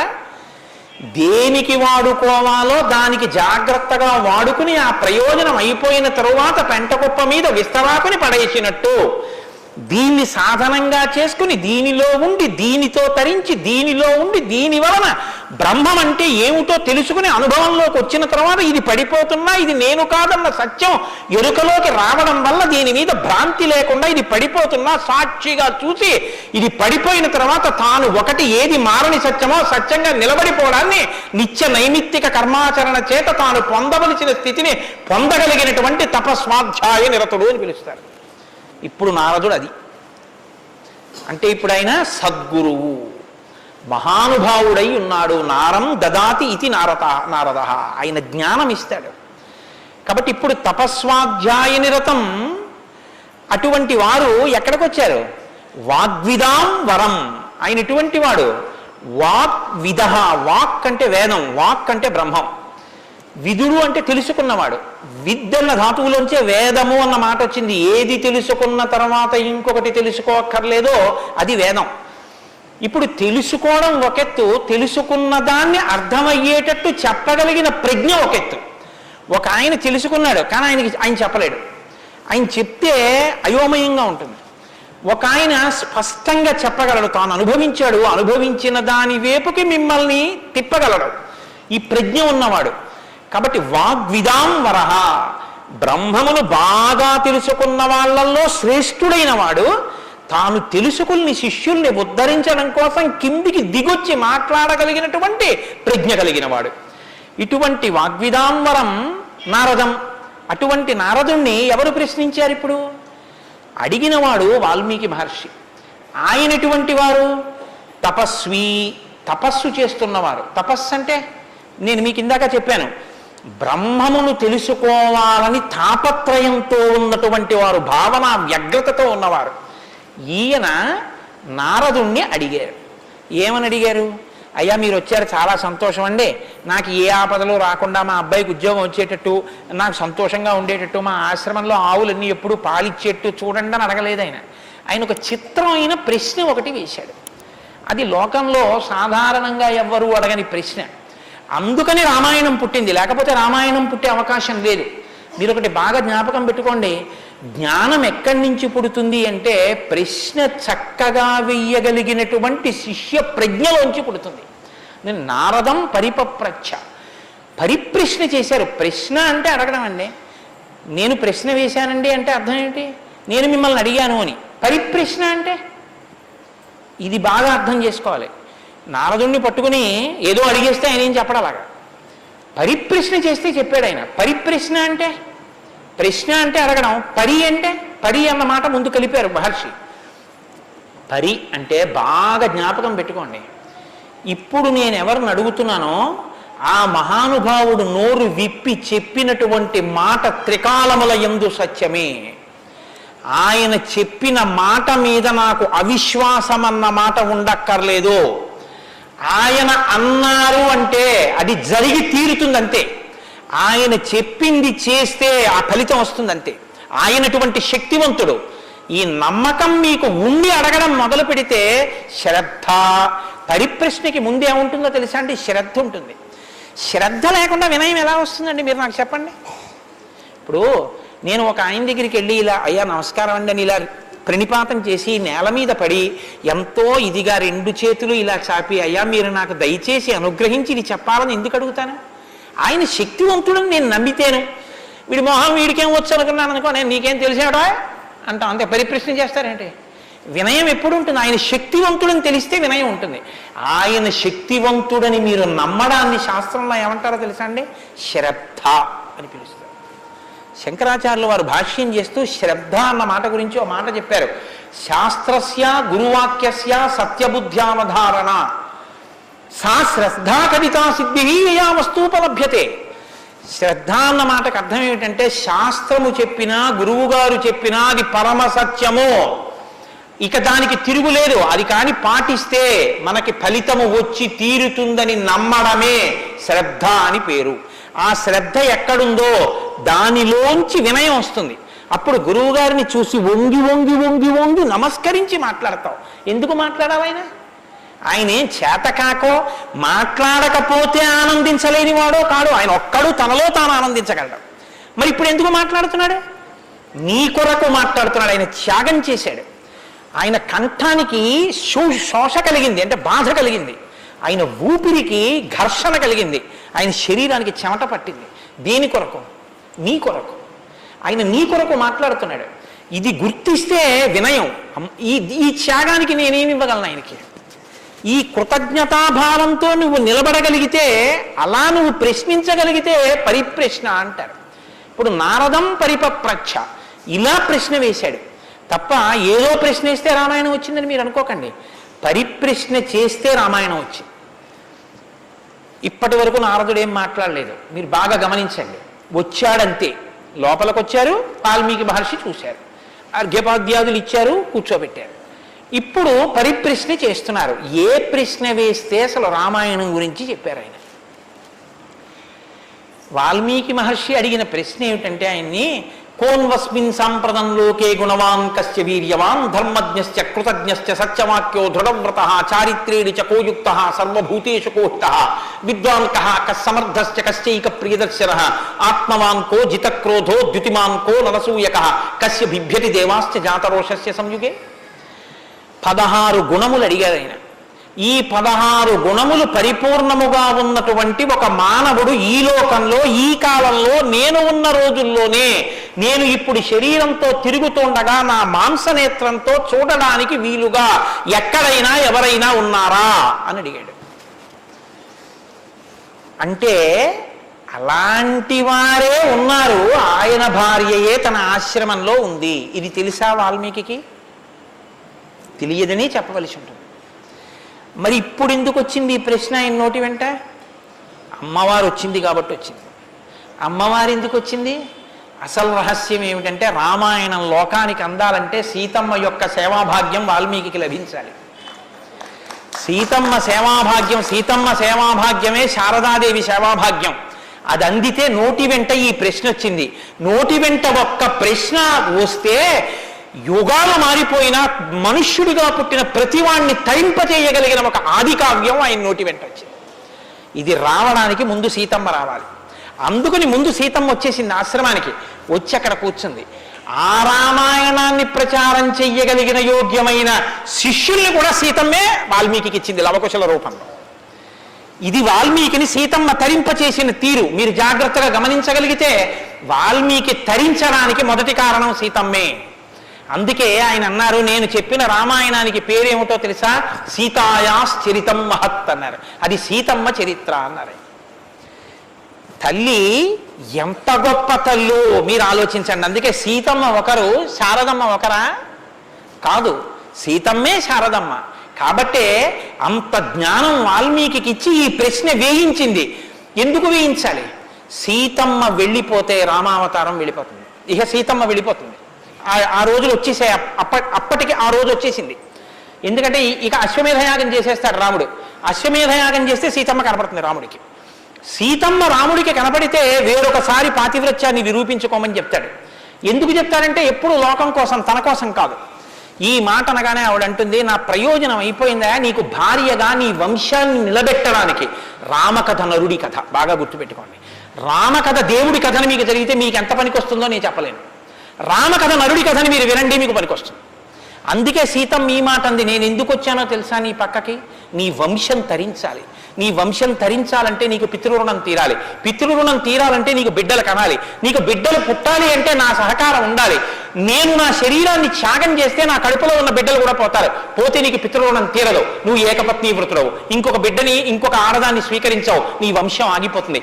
నా కారణంగా నీ వంశం ఆగకూడదు. నీ వంశం కొనసాగడానికి నీకు బిడ్డల్ని ఇచ్చాను. నా ప్రయోజనం అయిపోయింది, నేను వెళ్ళిపోతున్నానని భూమిలోకి వెళ్ళిపోయింది ఆవిడ వెళ్ళిపోయిన తర్వాత ఇక రామావతారం లేదు. సరయూ నదిలో ప్రవేశించి రామావతారం కూడా పూర్తి అయిపోయింది. ఇప్పుడు రామావతారం పూర్తయిపోకముందే సీతమ్మ రామాయణం పలికించాలి వాల్మీకితో. పలికించాలంటే ఈ సన్నివేశాన్ని సృష్టించాలి. నారదుణ్ణి పిలిపించింది ఆవిడ. కాబట్టి వచ్చాడు మహానుభావుడు. వస్తే ఆయన ఈ ప్రశ్న అడిగాడు. ఇప్పుడు ఇంత ఆర్తితో ఈ ప్రశ్న అనుకోకుండా నోటి వెంట వస్తే తప్ప రామాయణ కథ ప్రారంభం కాదు. అందుకని అడిగాడు, కోన్వస్మిన్ సాంప్రతంలోకే గుణవాన్ కస్య వీర్యవాన్. ఈ కాలంలో నారద మహర్షి ఇప్పుడు నేను చూడడానికి వీలుగా నేను అడిగిన మహానుభావుడు ఎవరైనా ఉన్నాడా? ఎవరు? 16 గుణములు ఉన్నవాడై ఉండాలి. గుణమన్న మాటకు అర్థం ఏమిటి? తాను గురుముఖత నేర్చుకున్నటువంటి విద్య ఏ కాలమునందు ప్రవర్తనలో ఎలా ప్రకాశించాలో అలా ప్రకాశిస్తే అది గుణముగా కనపడుతుంది. మా గురువుగారు నన్ను, నాయనా ఒరే కోటేశ్వరరావు, గోవులకు సేవ చెయ్యరా అని చెప్పారనుకోండి. నేను అలా గుళ్ళోకి వెళ్ళిపోతున్నాను, ఓ అరడజన అరటిపళ్ళు పట్టుకుని దేవాలయంలోకి వెడుతున్నాను. ఒక ఆవు నా వంక చూసి ఇలా ఇలా ఇలా ఇలా నోరు చాపింది. నేను ఆ ఆవుని దవడ మీద ఒక్క దెబ్బ కొట్టి గుళ్ళోకి వెళ్ళాను. మా గురువుగారు సంతోషించచ్చా? మా గురువుగారు చెప్పారు, రే పరాశక్తికి ఆవుకి తేడా లేదురా అని చెప్పారు. ఇప్పుడు నేనేం చెప్పాలి? నేను లోపలికి వెళ్ళి అర్చకుడికి ఇస్తే నివేదన చేస్తాడు. ఇక్కడ నా తల్లి ఎదురొచ్చి నా దగ్గర ప్రత్యక్షంగా తింటానని అడుగుతోంది. అమ్మ ఏమి భాగ్యం, అక్కడ ఇంకా తొక్క తీసి పెట్టాలి, ఇక్కడ తొక్కతో తినడానికి సిద్ధంగా ఉన్నావు, నా చేత్తో పెట్టుకుంటాను. 2 చెప్పులు ఇప్పి గభాలో 2 అరటిపళ్ళు నేను పెట్టాలి. పెడితే నేను గురువాక్యాన్ని అనుష్ఠానంలోకి తెచ్చుకున్నవాడిని. ఇప్పుడు గుణముగా ప్రకాశిస్తుంది. కోటేశ్వరరావు గారండే వాళ్ళ గురువు గారు చెప్పింది గుర్తుపెట్టుకుని ఆవుకి 2 అరటిపళ్ళు పెట్టాడు. అదో గుణం. అంటే నేను నా గురించి చెప్పుకుంటున్నాను అనుకోకండి, నేనే అటువంటి పుణ్యకార్యాలు చేసిన వాడిని కాదు మహాప్రభు. ఏదో ఉదాహరణకి చెప్పాను అంతే, అదే స్వోత్కర్ష కోసం చెప్పిన వాడిని కాదు. కాబట్టి గుణము అంటే విన్నది, చదువుకున్నది, ప్రవర్తనయందు ఆ సందర్భంలో ప్రకటనమైతే ప్రకాశిస్తే గుణం అవుతుంది. అలా ఉన్నాయా ఎవరికైనా? అలా ఉన్నవాడు ఉన్నాడా? గురువుగారి దగ్గర నేర్చుకున్నవి అనుష్ఠానంలోకి వచ్చేటప్పటికి గురువు ఏం చెప్పారో అలా ప్రవర్తించిన వాడు ఉన్నాడా? మీరు ఇలా వినండి రామాయణాన్ని. ఇంక తర్వాత కోన్వస్మిన్ సంప్రదంలోకే ఎప్పుడో కాదు వామనమూర్తి ఉన్నారు, నరసింహావతారం ఉందని చెప్పకు. ఇప్పుడున్నాడా? ఇది వాల్మీకి ప్రశ్న. కోన్వస్మిన్ సంప్రదంవాన్ కస్య వీర్యవాన్. వీర్యవాన్ అంటే వీర్యవంతుడు ఉన్నాడా? వీర్యవంతుడంటే ఎటువంటి యుద్ధం వచ్చినా చెక్కు చెదరకుండా తానుగా నిలబడి తనలో ఏ మార్పు లేకుండా బయట మార్పు తేగలిగినవాడు, ఎంతమందినైనా పడగొట్టగలిగినవాడు. అటువంటి వాడు ఉన్నాడా? ఉంటే వీర్యవాన్. కోన్వస్మిన్ సంప్రదంలోకే గుణవాన్ కస్య వీర్యవాన్ ధర్మజ్ఞశ్చ. ధర్మం తెలుసుకున్నవాడు ఉన్నాడా? ధర్మం తెలియడం అంటే మీరు బాగా గుర్తుపెట్టుకోండి. ధర్మం తెలియడం అంటే ఏమిటో తెలుసా అండి? అధర్మం కూడా తెలియడం. ధర్మమే తెలిస్తే పూర్ణత్వం కాదు. ధర్మం తెలియడం అంటే అధర్మం కూడా తెలియడం. ఏది చెయ్యాలో తెలియడం అంటే ఏది చెయ్యకూడదో కూడా తెలియడం. మీరు కొంచెం ఆలోచించండి. నేను మాట అనేసి వదిలేస్తాను, ఇప్పుడు మీరు జవాబు చెప్పక్కర్లేదు. చెయ్యమన్నది చెయ్యడం తేలిక, చెయ్యొద్దన్నది వదిలేయడం తేలిక.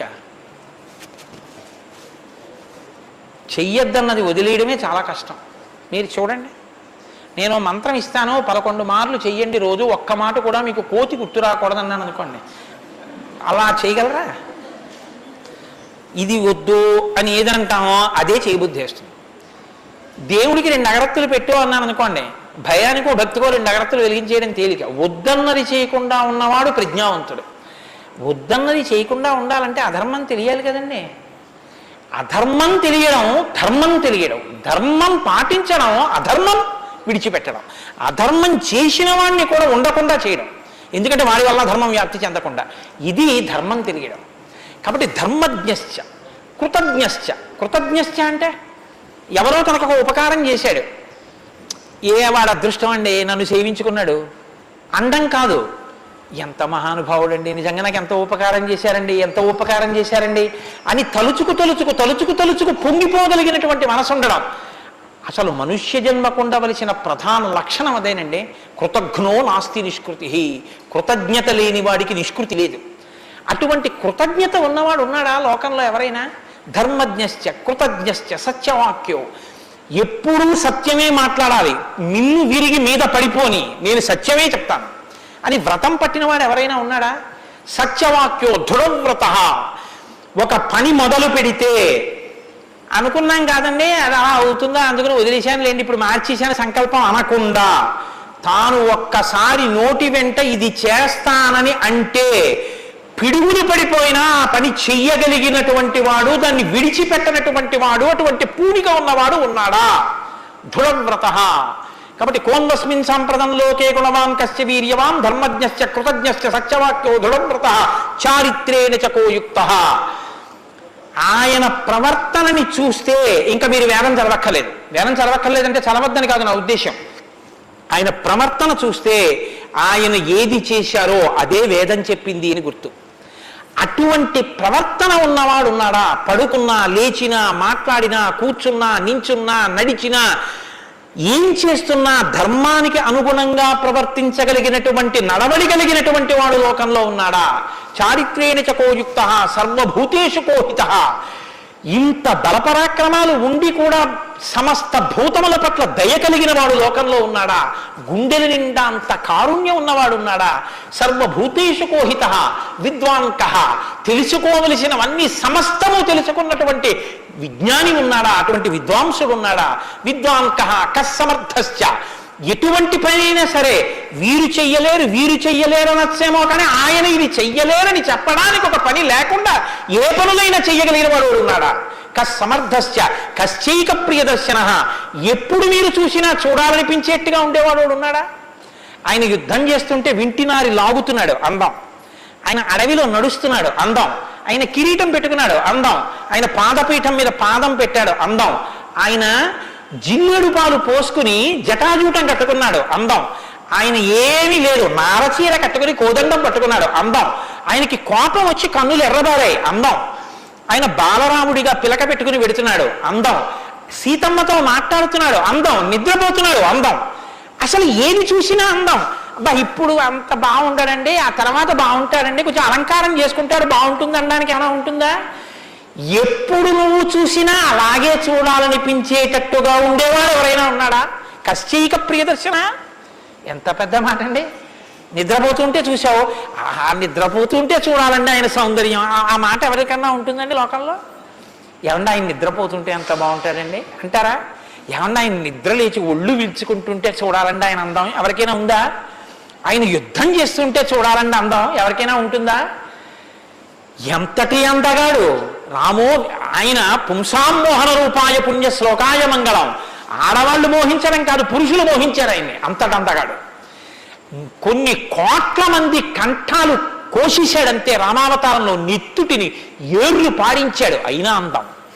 ఈ భుజాలు అందం, గడ్డం అందం, చెక్కిళ్ళు అందం, ఆ ఆజానుబాహు అరవింద దళాయతాక్షం. ఆ కళ్ళందం, ఆ కనుబొమలందం, ఆ ముక్కందం, ఆ మూతి అందం, ఆ గడ్డం అందం, ఆ కంఠం అందం, అన్నీ అందం. అందమే రాముడు, రాముడే అందం, రాముడే అభిరాముడు.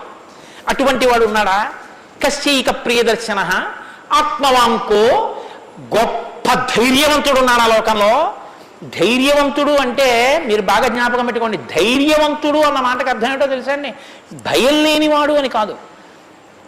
ధైర్యము అన్న మాటకి ఇంకో అర్థం కూడా ఉంది. ధైర్యము అంటే తాను ఏ పని మీద బయలుదేరాడో ఆ పనికి అనుగుణమైనటువంటి సంభారములను మాత్రమే దగ్గరుంచుకుని ఆ పని మీద మాత్రమే దృష్టి పెట్టి ఆ పనిని పాడు చేసేటటువంటి ఏ ఇతర ఆకర్షణీయమైనటువంటి వ్యవహారమైనా త్రోసి రాజని విడిచిపెట్టగలిగినటువంటి పూనిక ఉన్నవాడు ఉన్నాడా? నేను ఏకపత్ని వ్రతం చేస్తానన్నాడు, భార్యని రావణాసురుడు ఎత్తుకుపోయాడు, చాలా మంది వచ్చి మీద పడ్డారు. మా నాన్నగారు దక్షిణ నాయకుడు, మా వంశంలో చాలా మంది దక్షిణ నాయకులు, మా ఆవిడ దగ్గర లేదు కదండి అని ఏమైనా పొరపాటు పడ్డాడా?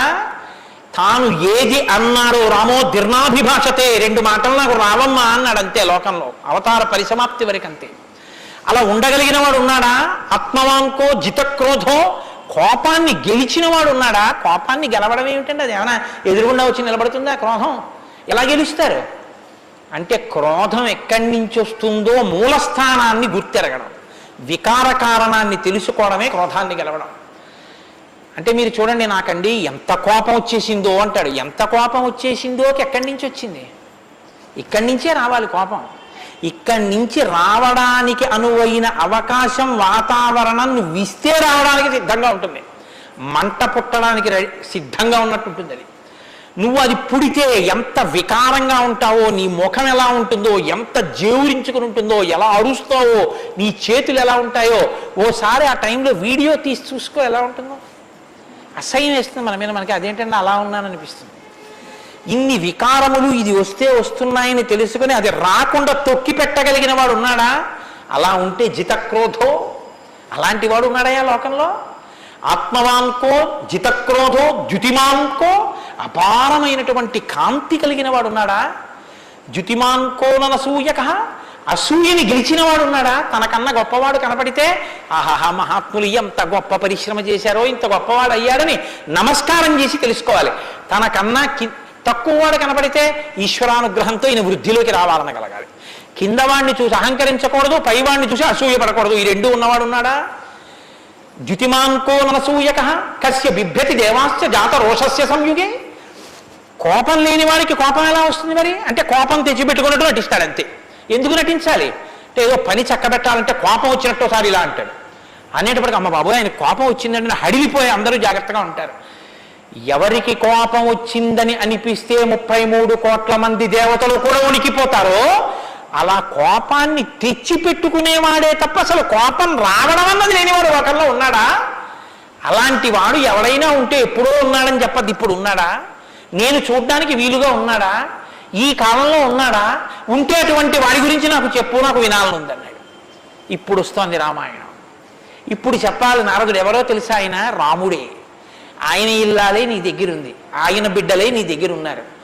వాల్మీకి మహర్షి ఆయనే అయోధ్యాధిపతి, ఆయనే రామచంద్ర ప్రభువు అని చెప్పే వాల్మీకి పొంగిపోవాలి కదండి. రామాయణ ఆవిర్భావం జరుగుతోందన్నమాట. ఇవాళ రామాయణం పుడుతోంది. ఆ సన్నివేశంలో ఉన్నాం మనం. ఇప్పుడు ఈ మాటలు అడిగితే వాల్మీకి మహర్షి చాలా చమత్కారమైనటువంటి జవాబు ఒకటి చెప్పారు. ఆయన అన్నారు, బహవో దుర్లభాశ్చైవ ఎత్తయా కీర్తితా గుణాః మునే వక్షామ్యహం బుద్ధ్వా తేర్యుక్త శ్రూయతాన్నరః. చాలా క్లిష్టమైనటువంటి ప్రశ్న ఒకటి అడిగావు. సాధారణంగా లోకంలో మానవుల్లో నువ్వు అడిగినటువంటి 16 గుణములు ఒక వ్యక్తి యందు ప్రకాశించేటటువంటి వాడు ఉండడు. కాబట్టి ఇప్పుడు ఎవరై ఉండాలి? నరోత్తముడై ఉండాలి, సాక్షాత్ శ్రీ మహావిష్ణువై ఉండాలి. అటువంటి వాడే కాని నరుడిగానే ఉన్నాడు ఇప్పుడు. ఆయన విష్ణు అంటే ఆయనే అంగీకరించాడు. ఆయన నేను నరుణ్ణి అంటాడు, నేను దాశరథిని అంటాడు, నేను దశరథ మహారాజు కొడుకునయ్యా అంటాడు. నరుడిగా ఈ లోకంలో తిరుగుతున్నవాడు ఉన్నాడు. అటువంటి వాడి గురించి చెప్తాను, జాగ్రత్తగా వినన్నాడు. ఇది సంక్షేప రామాయణం. 100 శ్లోకాలతో ఇక్కడ ప్రతిరోజు సంక్షేప రామాయణం జరుగుతోంది అని అన్నారే. సంక్షేప రామాయణాన్ని పెద్దలు సంప్రదాయంలో ఏమని పిలుస్తారో తెలుసా అండి? మాలామంత్రము అని పిలుస్తారు. ఎందుకంటే శారదా తిలకము అని మంత్రాల గురించి చెప్పేటటువంటిది, బీజాక్షరాల గురించి చెప్పే విషయం ఒకటి ఉంది.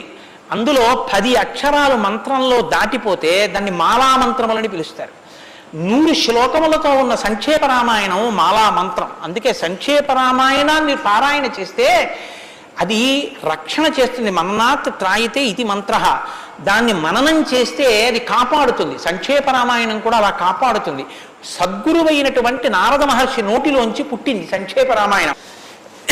యోగులు రమించడం అంటే బాహ్యంలో తిరిగేటటువంటి మనస్సుని బుద్ధిని నిగ్రహించి వెనక్కి తిప్పి ఆత్మలోకి దింపి తాను ఒకటిగా నిలబడిపోయి పొందేటటువంటి ఆనందమేదో అది సాకారమును పొందితే రాముడు. కాబట్టి యోగులు రమించేటటువంటి స్వరూపమేదో దానికి రామ అని పేరు. కాబట్టి రామో నామ జనైశ్రుత నియతాత్మా మహావీర్యో ద్యుతిమాన్ ధృతిమాన్ వసి. నువ్వు చెప్పినటువంటి గుణములన్నీ ఉన్నవాడు, దానితో పాటుగా వసి ఇంద్రియములను నిగ్రహించినటువంటి వాడు.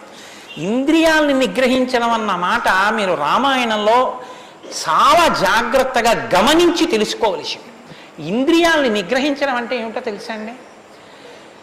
మనసు దేన్ని చూస్తే, దేన్ని వింటే కదిలిపోతుందో, ప్రశాంతంగా ఉన్నది అలజడిని పొందుతుందో దాన్ని చూడకుండా, దాన్ని వినకుండా బలవంతంగా నిగ్రహించడం ఎటువంటిదో తెలుసా అండి? ఒక త్రాచుపాము అలా వెళ్ళిపోతుంది. గభాల్ని ఇలా చూశాడు, అయ్య బాబాయ్ త్రాచుపాము పెద్ద గెంతు గెంతాడు. అది అకస్మాత్తుగా ఏమైందంటే ఆ గెంతడంలో త్రాచుపాము యొక్క పడగ మీద 2 కాళ్ళు వేసి తొక్కాడు. ఇప్పుడు త్రాచుపాము తల పైకి ఎత్తలేకపోతుంది.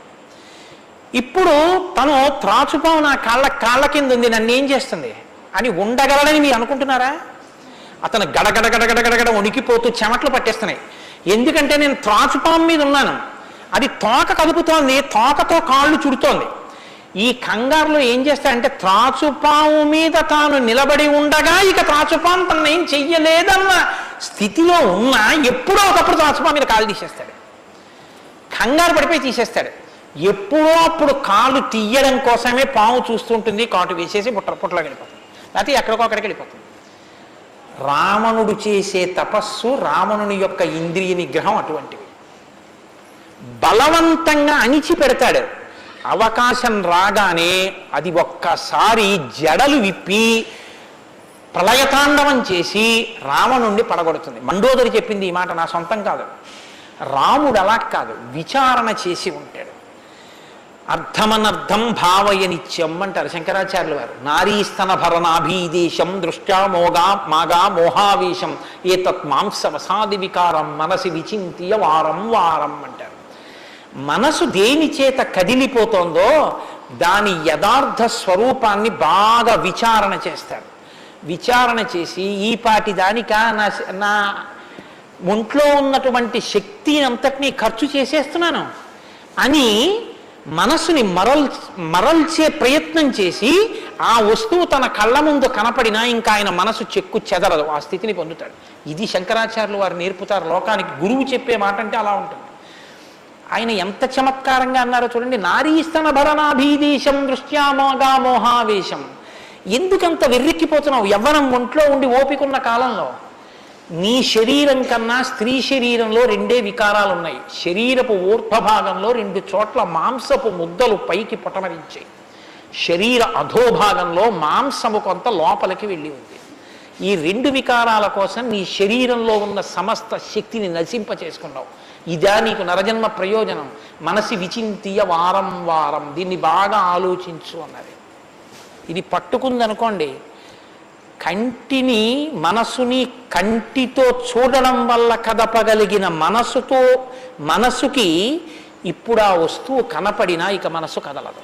ఇది ఇంద్రియ నిగ్రహం అంటారు. ఇంద్రియాలని జయించడం అంటే అది. ఇది రాముడు. అందుకే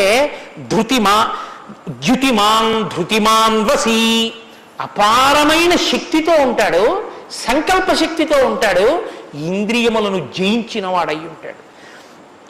బుద్ధిమాన్ నీతిమాన్ వాగ్మి శ్రీమాన్ శత్రునిబర్హణ విపులాంసో మహాబాహు కంబుగ్రీవో మహాహను. నిజంగా శ్రీరామాయణాన్ని ప్రతి శ్లోకం ప్రతి మాట వ్యాఖ్యానం చేస్తే 42 రోజులు ఏమిటండి? నేను రిటైర్ అయిపోయే వరకు చెప్పినా శ్రీరామాయణం అయ్యేదేం కాదు, కానీ ఏదో 42 రోజుల్లో పూర్తి చేశాను అనిపించుకోవడం అంతే. కాబట్టి బుద్ధిమాన్ నీతిమాన్ వాగ్మి, అన్ని విద్యలు తెలుసున్నవాడు, శ్రీమాన్ ఐశ్వర్యం ఉన్నవాడు, శత్రు నిబర్హణ శత్రువులను నిగ్రహించగలిగిన వాడు, విపులాంశో ఎత్తైన మూపున్నవాడు, మహాబాహు బలిశిర బాహువులున్నవాడు, కంబుగ్రీవో కంఠం వంటి శంఖం వంటి కంఠం ఉన్నవాడు, మహాహను చెక్కిళ్ల పైభాగం చాలా ఉన్నతంగా ఉన్నటువంటి వాడు.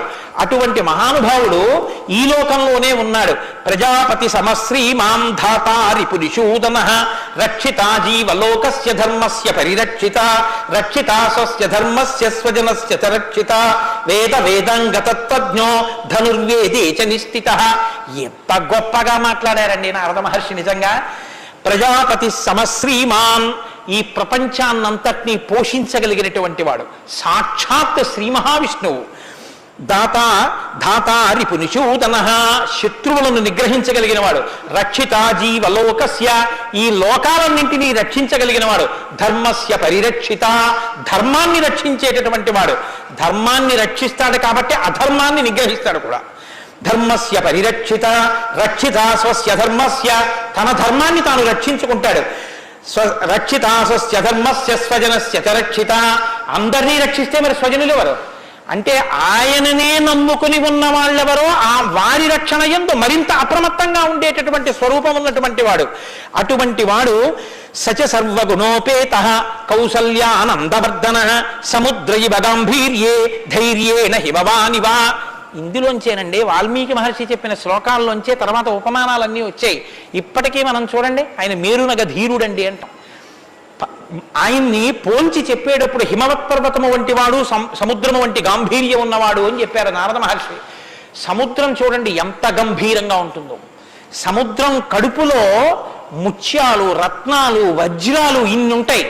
ఇన్ని ఉన్నా కప్పి ఉంచుతుంది. సముద్రంలో బడబాగ్ని ఉంటుంది, కానీ తాను మాత్రం చల్లగా ఉంటుంది. సముద్రం ఒడ్డుకొస్తుంది, వచ్చి మీ కాళ్ళు తాను కడుగుతుంది. శాతకానిది ఎదురొచ్చి మీ కాళ్ళు కడిగిందని మీరు ధూర్తతనంతో లోపలికెడితే మిమ్మల్ని తనలో కలుపుకుంటుంది. ఎదురొచ్చి మీ దగ్గరికి వస్తోంది కదా అని మీ కాలి చెప్పు తీసి అందులో వేస్తే తీసుకొచ్చి అవతల బారేస్తుంది ఒడ్డున. ఇది సముద్రం యొక్క గాంభీర్యం. తాను ఉప్పు కయ్యగా ఉంటుంది, పర్వదిన స్నానానికి పనికొస్తుంది. ఇన్నిటిని కప్పిపుచ్చి నిలబడగలిగినటువంటి స్వరూపం సముద్రం. కడుపులో బడబాగ్ని ఉన్న, సీతాపహరణమే జరిగిన, తండ్రే మరణించిన, రాజ్యమే పోయిన, అరణ్యంలో తిరిగిన, జుట్టు తీసేసిన, జిల్లేడు పాలు పోసుకుని ఆఖరికి ఆ జటలు కట్టుకున్న, నారచీర కట్టుకున్న, పాదాలకి చెప్పులే లేకపోయినా, అగ్నిహోత్రాన్ని చంకన తగిలించుకున్న, అడవిలో మృగాన్ని బాణం పెట్టి కొట్టి చర్మం ఒలిచి మాంసం తీసి తెచ్చి సీతమ్మ వండితే తప్ప తినలేని స్థితిలో రాజారాముడు అయినటువంటి వాడు బ్రతకవలసి వచ్చిన, తెల్లవారుజామున 4 గంటల సమయంలో దాహమేస్తున్న ఏనుగు నదిలో తొండం పెట్టి నీళ్లు తాగడానికి కూడా భయపడినంత చలికాలంలో కూడా వెళ్ళి స్నానం చెయ్యగలిగిన మొనగాడు. ఇన్ని కష్టాలు కడుపులో పెట్టుకుని కూడా పైకి చెక్కు చెదరకుండా ఉండగలిగినటువంటి గంభీరమూర్తి ఆయనయా రాముడంటే అన్నాడు నారదుడు. కాబట్టి సముద్ర ఇవ గాంభీర్యే ధైర్యేన హిమవానివా, ధైర్యంలో హిమవత్ పర్వతం వంటివాడు. పర్వతాన్ని చూడండి, వర్షధారల చేత కొట్టబడుతుంది, పిడుగులు పడిపోతాయి. ఆ పర్వతం మీదే చెట్లు పెరుగుతాయి, ఆ పర్వతం మీదే సింహాలు తిరుగుతాయి, పులులు తిరుగుతాయి. ఆ సముద్రానికి కన్నాలు పెట్టి పావులు పడుకుంటాయి. చిట్టెలుకలు కన్నాలు చేసి ఆ పర్వత పాదాల మీద తిరుగుతూ ఉంటాయి. ఎలుక కన్నం పెట్టి తనలో దూరిందని బెంగపెట్టుకోదు, ఒక ధూర్తుడు కాళ్లతో పైకెక్కాడని బెంగపెట్టుకోదు, వర్షధారలు కొట్టాయని కదలదు, పిడుగులు పడ్డాయని చెక్కు చెదరదు, పులులు సింహాలు తిరుగుతున్నాయని బెంగపెట్టుకోదు, మహాత్ములు తన మీద నడుస్తున్నారని పొంగిపోదు, తన మీద ఈశ్వరుడి దేవాలయం కట్టారని పరవశించిపోదు, తాను అలాగే నిలబడి ఉంటుంది. చెక్కు చెదరక నిలబడగలిగినటువంటి పర్వతం ఎటువంటిదో రాముడు అటువంటి వాడు. ఇది నారదుడు ఒక నరుడిగా ఆయనకున్న లక్షణాలు చెప్తున్నాడు. ఇవి నీవు సంతరించుకో, కొన్నైనా ప్రతిదానికి విచలితుడమైపోవడం కాదు, ప్రతి చిన్నదానికి కదిలిపోవడం కాదు, ధైర్యంగా నిలబడగలగాలి. నాకు కాకపోతే ఎవరికి వస్తాయి? వస్తాయి కష్ట సుఖాలు అనేటటువంటివి చేసుకున్న కర్మను అనుసరించి అని నిలబడగలిగినటువంటి స్థితి రామాయణం ఇస్తుంది. విష్ణునా సదృశో వీర్యే సోమవత్ ప్రియదర్శన కాలగ్ని సదృశ క్రోధే క్షమయా పృథివీ సమః. ఏమి శ్లోకాలు వాడారండి సంక్షేప రామాయణంలో మహానుభావుడు. విష్ణునా సదృశో వీర్యే, ఆయనతో పోల్చడానికి విష్ణు ఒక్కడే ఉన్నారు. ఎందుకంటే ఇంకా ఆయనతో పోల్చడానికి అటువంటి వాడు ఇంకొకడెవరు ఉంటారు? విష్ణువుని విష్ణువుతోనే పోల్చాలి. కాబట్టి విష్ణువుతో సమానమైన వాడు. సోమవత్ ప్రియదర్శన, బాణం పట్టుకుని ఎదురుగుండా ఉన్న వాళ్ళ లక్షల మంది కంఠాలు తెగకోసినా సరే భక్తులైన వారికి మాత్రం ఆ స్వరూపాన్ని దర్శనం చేస్తుంటే ఎంత సంతోషంగా ఉంటుందో. కాబట్టి సోమవత్ ప్రియదర్శన, లోకంలో మూడిటిని ఎంత చూసినా చూడబుద్ధే వేస్తుంది. ఎంత చూడండి చూడబుద్ధి వేస్తుంది. అందుకే పార్వతీదేవి వినాయకుడికి ఏనుగు ముఖం పెట్టించింది. పసిపిల్లలకి కూడా సంతోషం కల్పించేవి 3 ఏమిటో తెలుసా అండి? గజముఖం, చంద్రబింబం, సముద్రం. మీరు సముద్రపు ఒడ్డుకి వెళ్ళి ఎంతసేపు కూర్చోండి, ఎంతసేపు చూస్తున్నా సముద్రాన్ని అలా చూడాలనే అనిపిస్తుంది. చీకటి పడిపోయిన తర్వాత సముద్ర ఘోష అదో సంతోషం, వస్తున్న కెరటాలు అదో సంతోషం, చీకటి పడ్డాక దీపాలతో దూరంగా ఓడ అదో సంతోషం, సూర్యోదయానికి సముద్రం ఆకాశం కలిసినట్టుగా ఉన్న చోట ఉదయిస్తున్న సూర్యబింబం అదో సంతోషం, ఆ పడుతున్న ఎర్రకాంతి అదో సంతోషం, సూర్యాస్తమయానికి సముద్రంలో కృంగిపోతున్నట్టుగా ఉన్న సూర్యుడు అదో సంతోషం. తిక్కన గారు విరాట పర్వంలో అంటారు, రాత్రి అయ్యేటప్పటికి ఆకాశం ఎలా ఉందంటేట మంచి సంపన్నుడైన గృహస్థు ఇంట్లో అలంకారం చేసినటువంటి పడకలా ఉందిట, దాని మీద పువ్వులు అవన్నీ వేస్తే ఎలా ఉందో అలా ఉందిట. సూర్యోదయానికి ఉన్నటువంటి ఆకాశం ఎలా ఉందంటేట, తెల్లవారిన తర్వాత 10 మంది చూస్తే దృష్టి దోషం కలుగుతుందని ఆ ఇంటి ఇల్లాలు దుప్పటి మీద ఉన్న పువ్వులు అవే అన్నీ పోయేటట్టు ఒక్కసారి 2 చేతులతో ఇలా దులిపేస్తే అన్నీ పోయిన తర్వాత దుప్పటి ఎలా ఉందో ఆకాశం ఎలా ఉంది తెల్లారాకంటారు. అలా ఆ సముద్రాన్ని చూస్తుంటే ఎంత అందంగా ఉంటుందో. పసిపిల్లల దగ్గర నుంచి కవుల వరకు జ్ఞానుల వరకు సముద్రం ఆనందమే. పసిపిల్లాడికి ఏం తెలిసనే ఆనందం, వృద్ధుడికి ఏం తెలిసనే ఆనందం. అందరూ సముద్రం ఇంటికి వెళ్ళి ఆనందం పొందుతారు. ఆఖరికి తుఫాను సమయంలో సముద్రం చూడడం అదో సంతోషం కొంతమందికి. కాబట్టి సముద్రం 2 చంద్రబింబం. చంద్రబింబాన్ని ఎంతసేపు చూడండి సంతోషం. రామాయణంలో వాల్మీకి మహర్షి వర్ణిస్తారు సుందరకాండలో చంద్రబింబాన్ని, ఏమి వర్ణనలో ఆ సర్గలు. కాబట్టి చంద్రబింబం. 3 ఏనుగు. ఏనుగు చూడండి, వెంకటాచల క్షేత్రానికో తిరుత్తణియో వెడితే ఆ ఏనుగు ముందు నించుంటే పిల్లల్ని ఎంతసేపు నించోబెట్టండి సంతోషమే. ఆ తొండం ఇలా ఇలా ఆడిస్తూ ఆ ఏనుగు అలా నిలబడి అరటిపండు ఎత్తి నోట్లో పెట్టుకుని ఆ దుమ్ము తీసి మీద పోసుకుని స్నానం చేసి తెల్లటి దంతాలు, దాని స్వరూపం, దాని చిన్ని కళ్ళు, దాని వెంట్రుకలు, దాని తోక, పెద్ద పెద్ద కాళ్ళు, ఇంతంత గోళ్ళు, గుండ్రంగా పాదాలు. ఆ ఏనుగుని ఎంతసేపు చూసినా అబ్బా ఇంకేం చూస్తానులేండి అనిపించదు, అలా చూడబుద్ధి వేస్తుంది. అలా చూడబుద్ధి వేస్తుంది. కాబట్టి ధ్యానం చేసేటప్పుడు ముందు గణపతి యొక్క ముఖాన్ని తదేకంగా చూస్తే ఆ ధ్యాన నిష్ట చేత విఘ్నములు తొలగిపోతాయి. కాబట్టి పరమేశ్వరుడు అందరూ తొందరగా దృష్టి పెట్టి చూడడానికి వైముఖ్యం కలగనటువంటి ముఖాన్ని నా కొడుక్కి పెడితే అందరికీ ఉపకారం జరుగుతుందని ఏనుగు తలకాయ తీసుకొచ్చి వినాయకుడికి పెట్టాడు. అది కారణం. వినాయకుడికి ఏనుగు తలకాయ ఉండడానికి కారణాల్లో అదొకటి. కాబట్టి నాసదృశో విష్ణు నాసదృశో వీర్యే సోమవత్ ప్రియదర్శన కాలాగ్ని సదృశ క్రోధే. క్రోధం, కోపం వచ్చిందా కాలాగ్ని ఎటువంటిదో అటువంటి వాడు. క్షమయా పృథివీ సమః. ఈ భూమికి ఎంత ఓర్పో రాముడికి అంత ఓర్పు. నిద్రలేస్తూనే భూమిని తంతాం, భరిస్తుంది. మలమూత్రాలు భూమి మీద విసర్జిస్తాం, భరిస్తుంది. ఉమ్మి భూమి మీద వేస్తాం, ఊరుకుంటుంది. పోనీ ఏదో పొరపాటున వచ్చింది వేరు. కావాలని ఒక రకమైన తాంబూలం వేసుకుని బొమ్మడమే ప్రయోజనంగా నెత్తురు కక్కుకునేవాడు కక్కుకున్నట్టు భూమి మీద ఎర్రటి మరకలు పడేటట్టు అదే పనిగా ఉమ్మి వేసేటటువంటి వాడిని కూడా భరించినటువంటి భూమాత యొక్క ఓర్పుని ఎంత స్తోత్రం చేయాలి నిజంగా. కాబట్టి అన్నం కావాలి, నాగలి పెట్టి అమ్మ గుండెల మీద చీరుతాం. ఇల్లు కట్టుకోవాలి, శంకుస్థాపన పేరుతో గుణపాలు పెట్టి అమ్మ గుండెల మీద గుచ్చుతాం. ఆఖరికి ఇంత సంపాదించి ఇంత కీర్తి తెచ్చి మా నాన్నగారు, మా బాబాయ్ గారు, మా మేనమామ, మా ఆయన ఇన్ని బంధుత్వాలు పెట్టుకున్న వాళ్ళు ఆ ఊపిరి ఆగిపోగానే తీసుకెళ్లి బయట చిరిగిపోయిన బొంతో చాపో వేసి పడుకోబెట్టి కొత్త చాప తెచ్చి 4 కర్రలకేసి తాడేసి కట్టి తీసుకెళ్ళిపోతుంటే ఆఖరణ పుచ్చుకునేది ఈ తల్లి ఒక్కతే. ఎవరు ఇంట్లో ఒక్క రాత్రి కూడా ఉంచుకోరు. యావత్ పవనో నివసతి దేహే తావత్ పృచ్చతి కుశలంగేహే గతవతి వాయో దేహాపాయే భార్యా బిభ్యతి తస్మిన్ కాయే అంటారు శంకర భగవత్పాదులు. అటువంటి ఈ తల్లిది ఎంత ఓర్పో. ఎన్ని అపచారములు చేసినా కూడా కడుపులో పెట్టుకునేటటువంటి అమ్మ స్వరూపమైనటువంటి భూమికి ఎంత ఓర్పు ఉందో అంత ఓర్పు కలిగిన వాడయ్యా రామచంద్రమూర్తి. కాబట్టి ధనదేన సమస్యాగే సత్యే ధర్మ ఇవాపరః. కుబేరుడు ఎంతటి ధనవంతుడో అంతటి మహానుభావుడు, అటువంటి త్యాగం ఉన్నవాడు.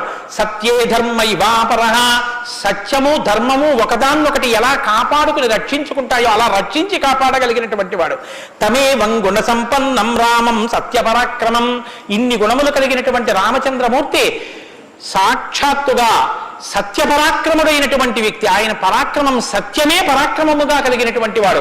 అటువంటి వాడు రామచంద్రమూర్తిని ఆ రాముని యొక్క కథని సంక్షేపంగా చెప్పారు. సంక్షేపంగా అంటే వివరంగా కాదు, బాగా గుర్తుపెట్టుకోండి.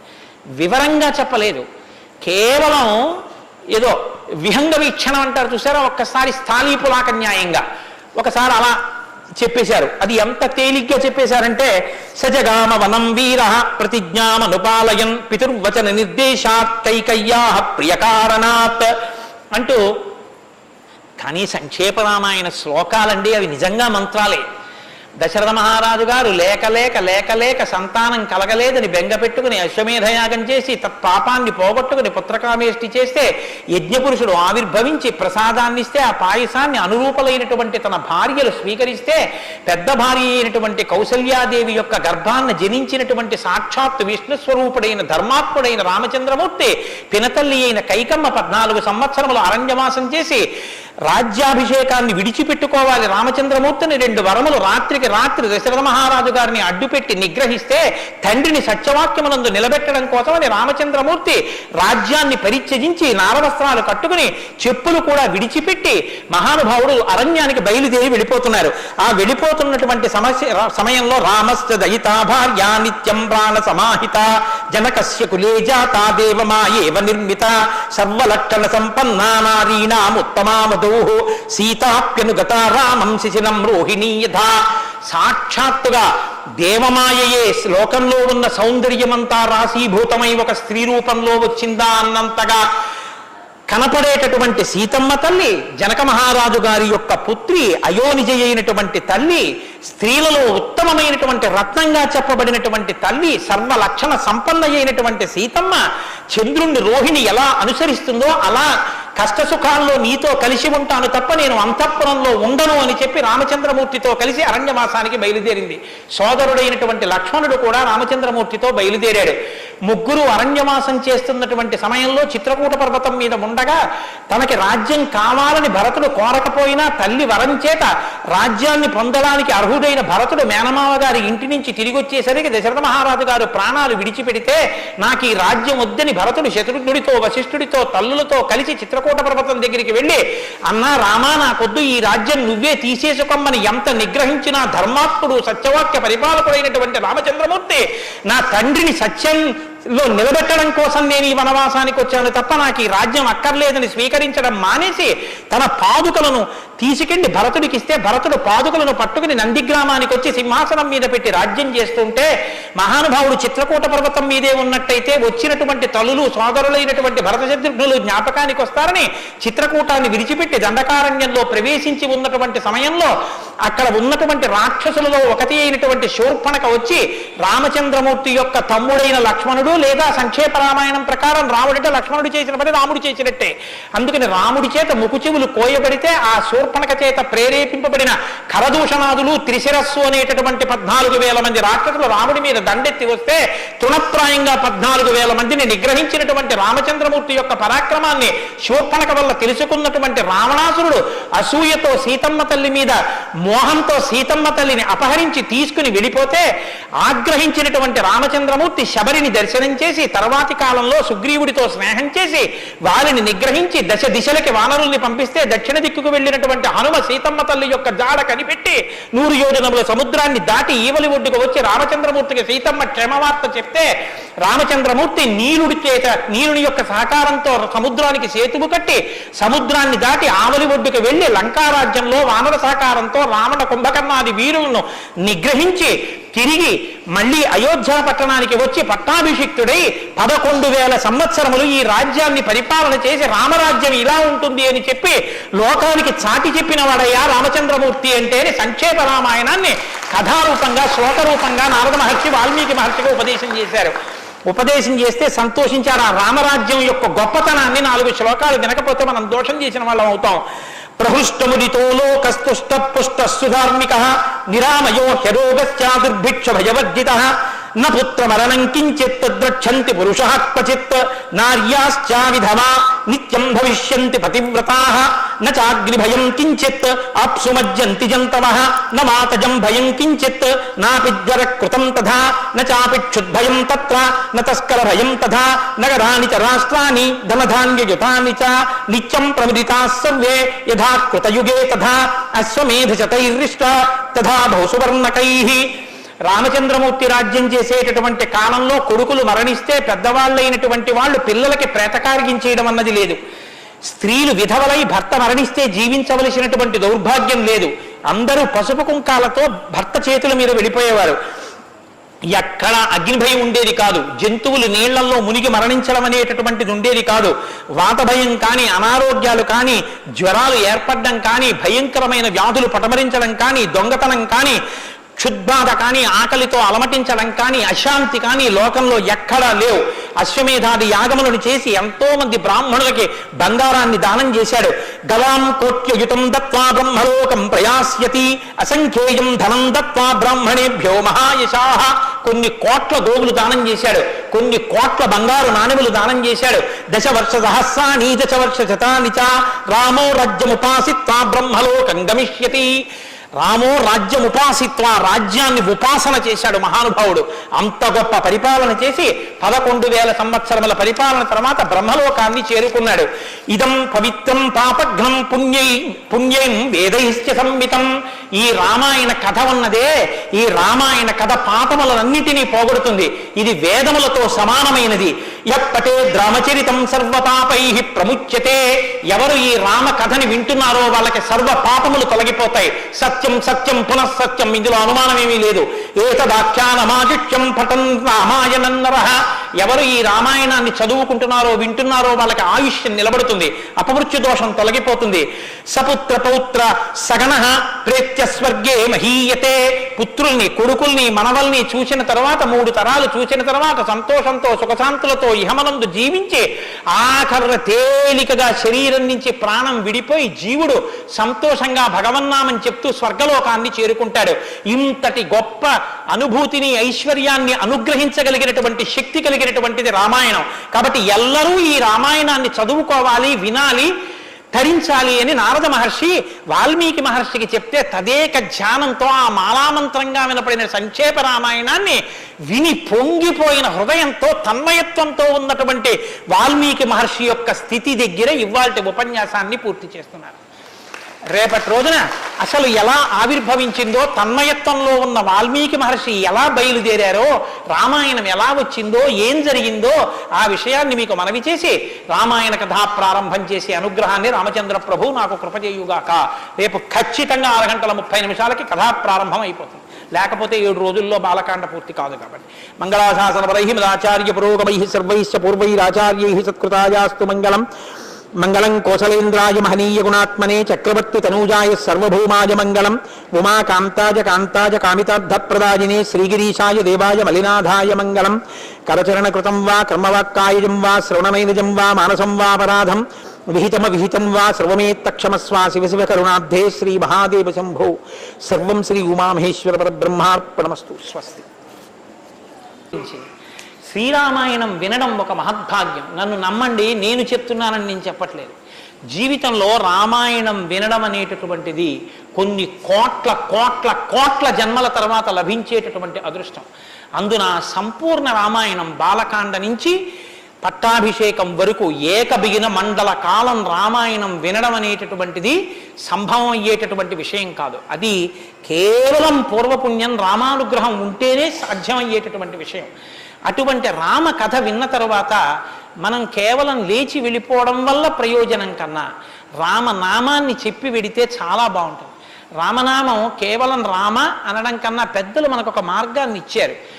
రామ రామ రామ అని 3 మాటలంటే ఆ రోజున వాళ్ళు విష్ణు సహస్రం చెప్పిన ఫలితం. అది ఇంట్లో అంటేనే అంత ఫలితం ఇస్తే ఒక దేవాలయ ప్రాంగణంలో, అది జగద్గురు పీఠ ప్రాంగణంలో ఎంత శక్తివంతం ఆలోచించండి. అందుకే రామ రామ రామ 1000 ఎలా అవుతుందని మీకు అనుమానం ఉండొచ్చు. అక్షరాల్ని అంకెల్లోకి మార్చే సంప్రదాయం ఉంది. 2 మా 5 రామ రామ రామ అంటే 2 5 2 × 5 × 2 × 5 × 2 × 5 2 5 10 10 2 20 20 100 100 200 200 1000 సహస్రనామ తత్తుల్యం రామనామ వరాననే. కాబట్టి శ్రీరామ రామ రామ అంటే విష్ణు సహస్రం చెప్పి వెళ్ళిపోయినట్టు. కాబట్టి నేను మకుటం అంటూ ఉంటాను. మకుటం మీరందరూ కానీ నేను దానికి వివరణం ఒకటి అంటూ ఉంటాను. మీరు మీ అందరూ కూడా చక్కగాను రామనామము రామనామము రమ్యమైనది రామనామము అని మీరంటారు. ఉండండి, మీ త్వర చాలా గొప్పది. అలా అంటే రామనామము రామనామము రమ్యమైనది రామనామము అలా అన్నప్పుడు 3 మాటలు రామ రామ రామ అంటారు. మీరు ఎన్ని మాటలు అన్నారో అన్ని మాటలు విష్ణు సహస్రం చెప్పింది. పైగా మీరు ఒకటి గుర్తు పెట్టుకోండి, నేను పూర్తి విశ్వాసంతో చెప్తున్నాను. వ్యక్తిగత అనుభవాలు వేదికల మీద చెప్పడం నాకు ఇష్టం ఉండదు. శ్రీరామాయణం జరగడానికి అందరికన్నా ముందే స్వామి హనుమ వస్తారు. అందుకే రామాయణం చెప్పేటప్పుడు హనుమ కోసం ఒక ఆసనం వేస్తారు. ప్రచ్ఛన్న రూపంలో వచ్చి కూర్చుంటారు. అదిగో ఆ ఆసనం అదే రామచంద్రమూర్తి పాదాల దగ్గర ఖాళీగా ఉంచిన ఆసనం ఎవరికంటే హనుమ కొరకు. దాని మీద వారు కూర్చుంటారు. అందుకే పుష్పాలంకారంతో శోభింపచేస్తారు. ఆయనకి ఆ పూలహారం వేశాను.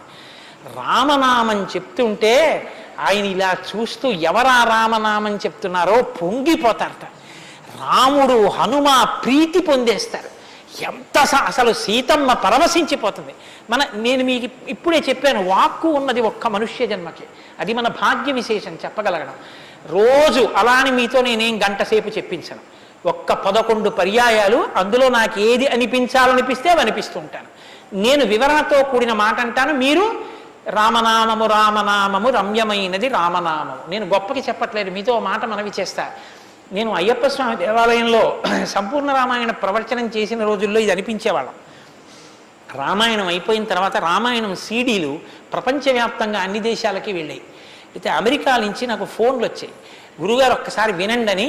వాళ్ళు ప్రతిరోజు రామాయణం వినేటప్పుడు ఖాళీ కుర్చీ వేసి టేప్ రికార్డర్ పెట్టి 6:25 అవుతుంటే కోటేశ్వరరావు ఉపన్యాసానికి వస్తున్నారని భావన చేసుకుని వాళ్ళు టేప్ రికార్డర్ ఆన్ చేసి ఉపన్యాసం వినేసి నేను చెప్తుంటే వాళ్ళు రామనామం చెప్తూ అమెరికాలో వాళ్ళందరూ కలిసి పట్టాభిషేకానికి ఊరేగింపుగా ఉపన్యాసంలో ఎలా చెప్పానో అలా వెళ్ళి పట్టాభిషేకం చేస్తూ వాళ్ళు ఫోన్లో నాకు వినిపించారు.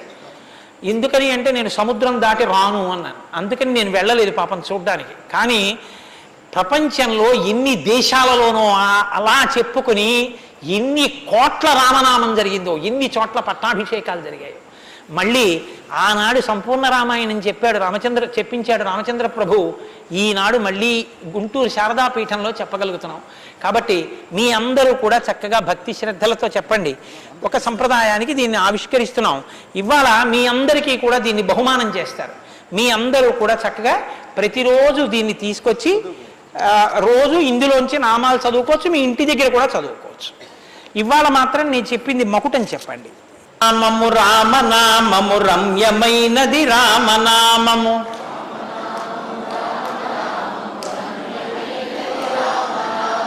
దారి నుండి గనడచు వారికి తోడు నీడే రామనామము. రామనామము రామనామము రమ్యమైనది రామనామము, నారదాది మహామునీంద్రులు నమ్మినది శ్రీరామనామము.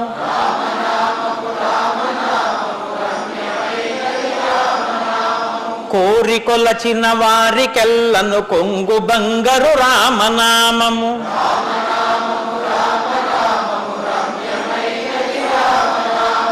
అండపిండ బ్రహ్మాండములకు ఆధారమైనది రామనామము.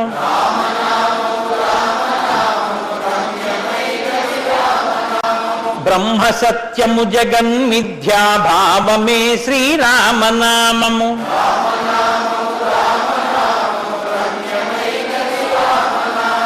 ఆంజనేయుని వంటి భక్తుల నిర్వికారము నిర్వికల్పము నిర్గుణము శ్రీరామనామము.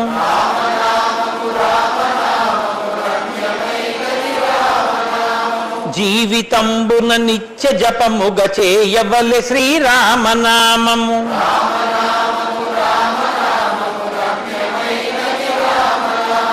నిజ స్వరూపము బోధకం బగు తారకము శ్రీరామనామము.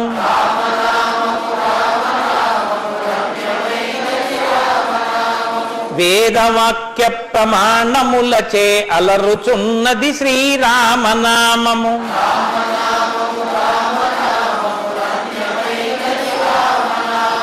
తల్లివలె రక్షించు సుజనుల నెల్ల కాలము రామనామము.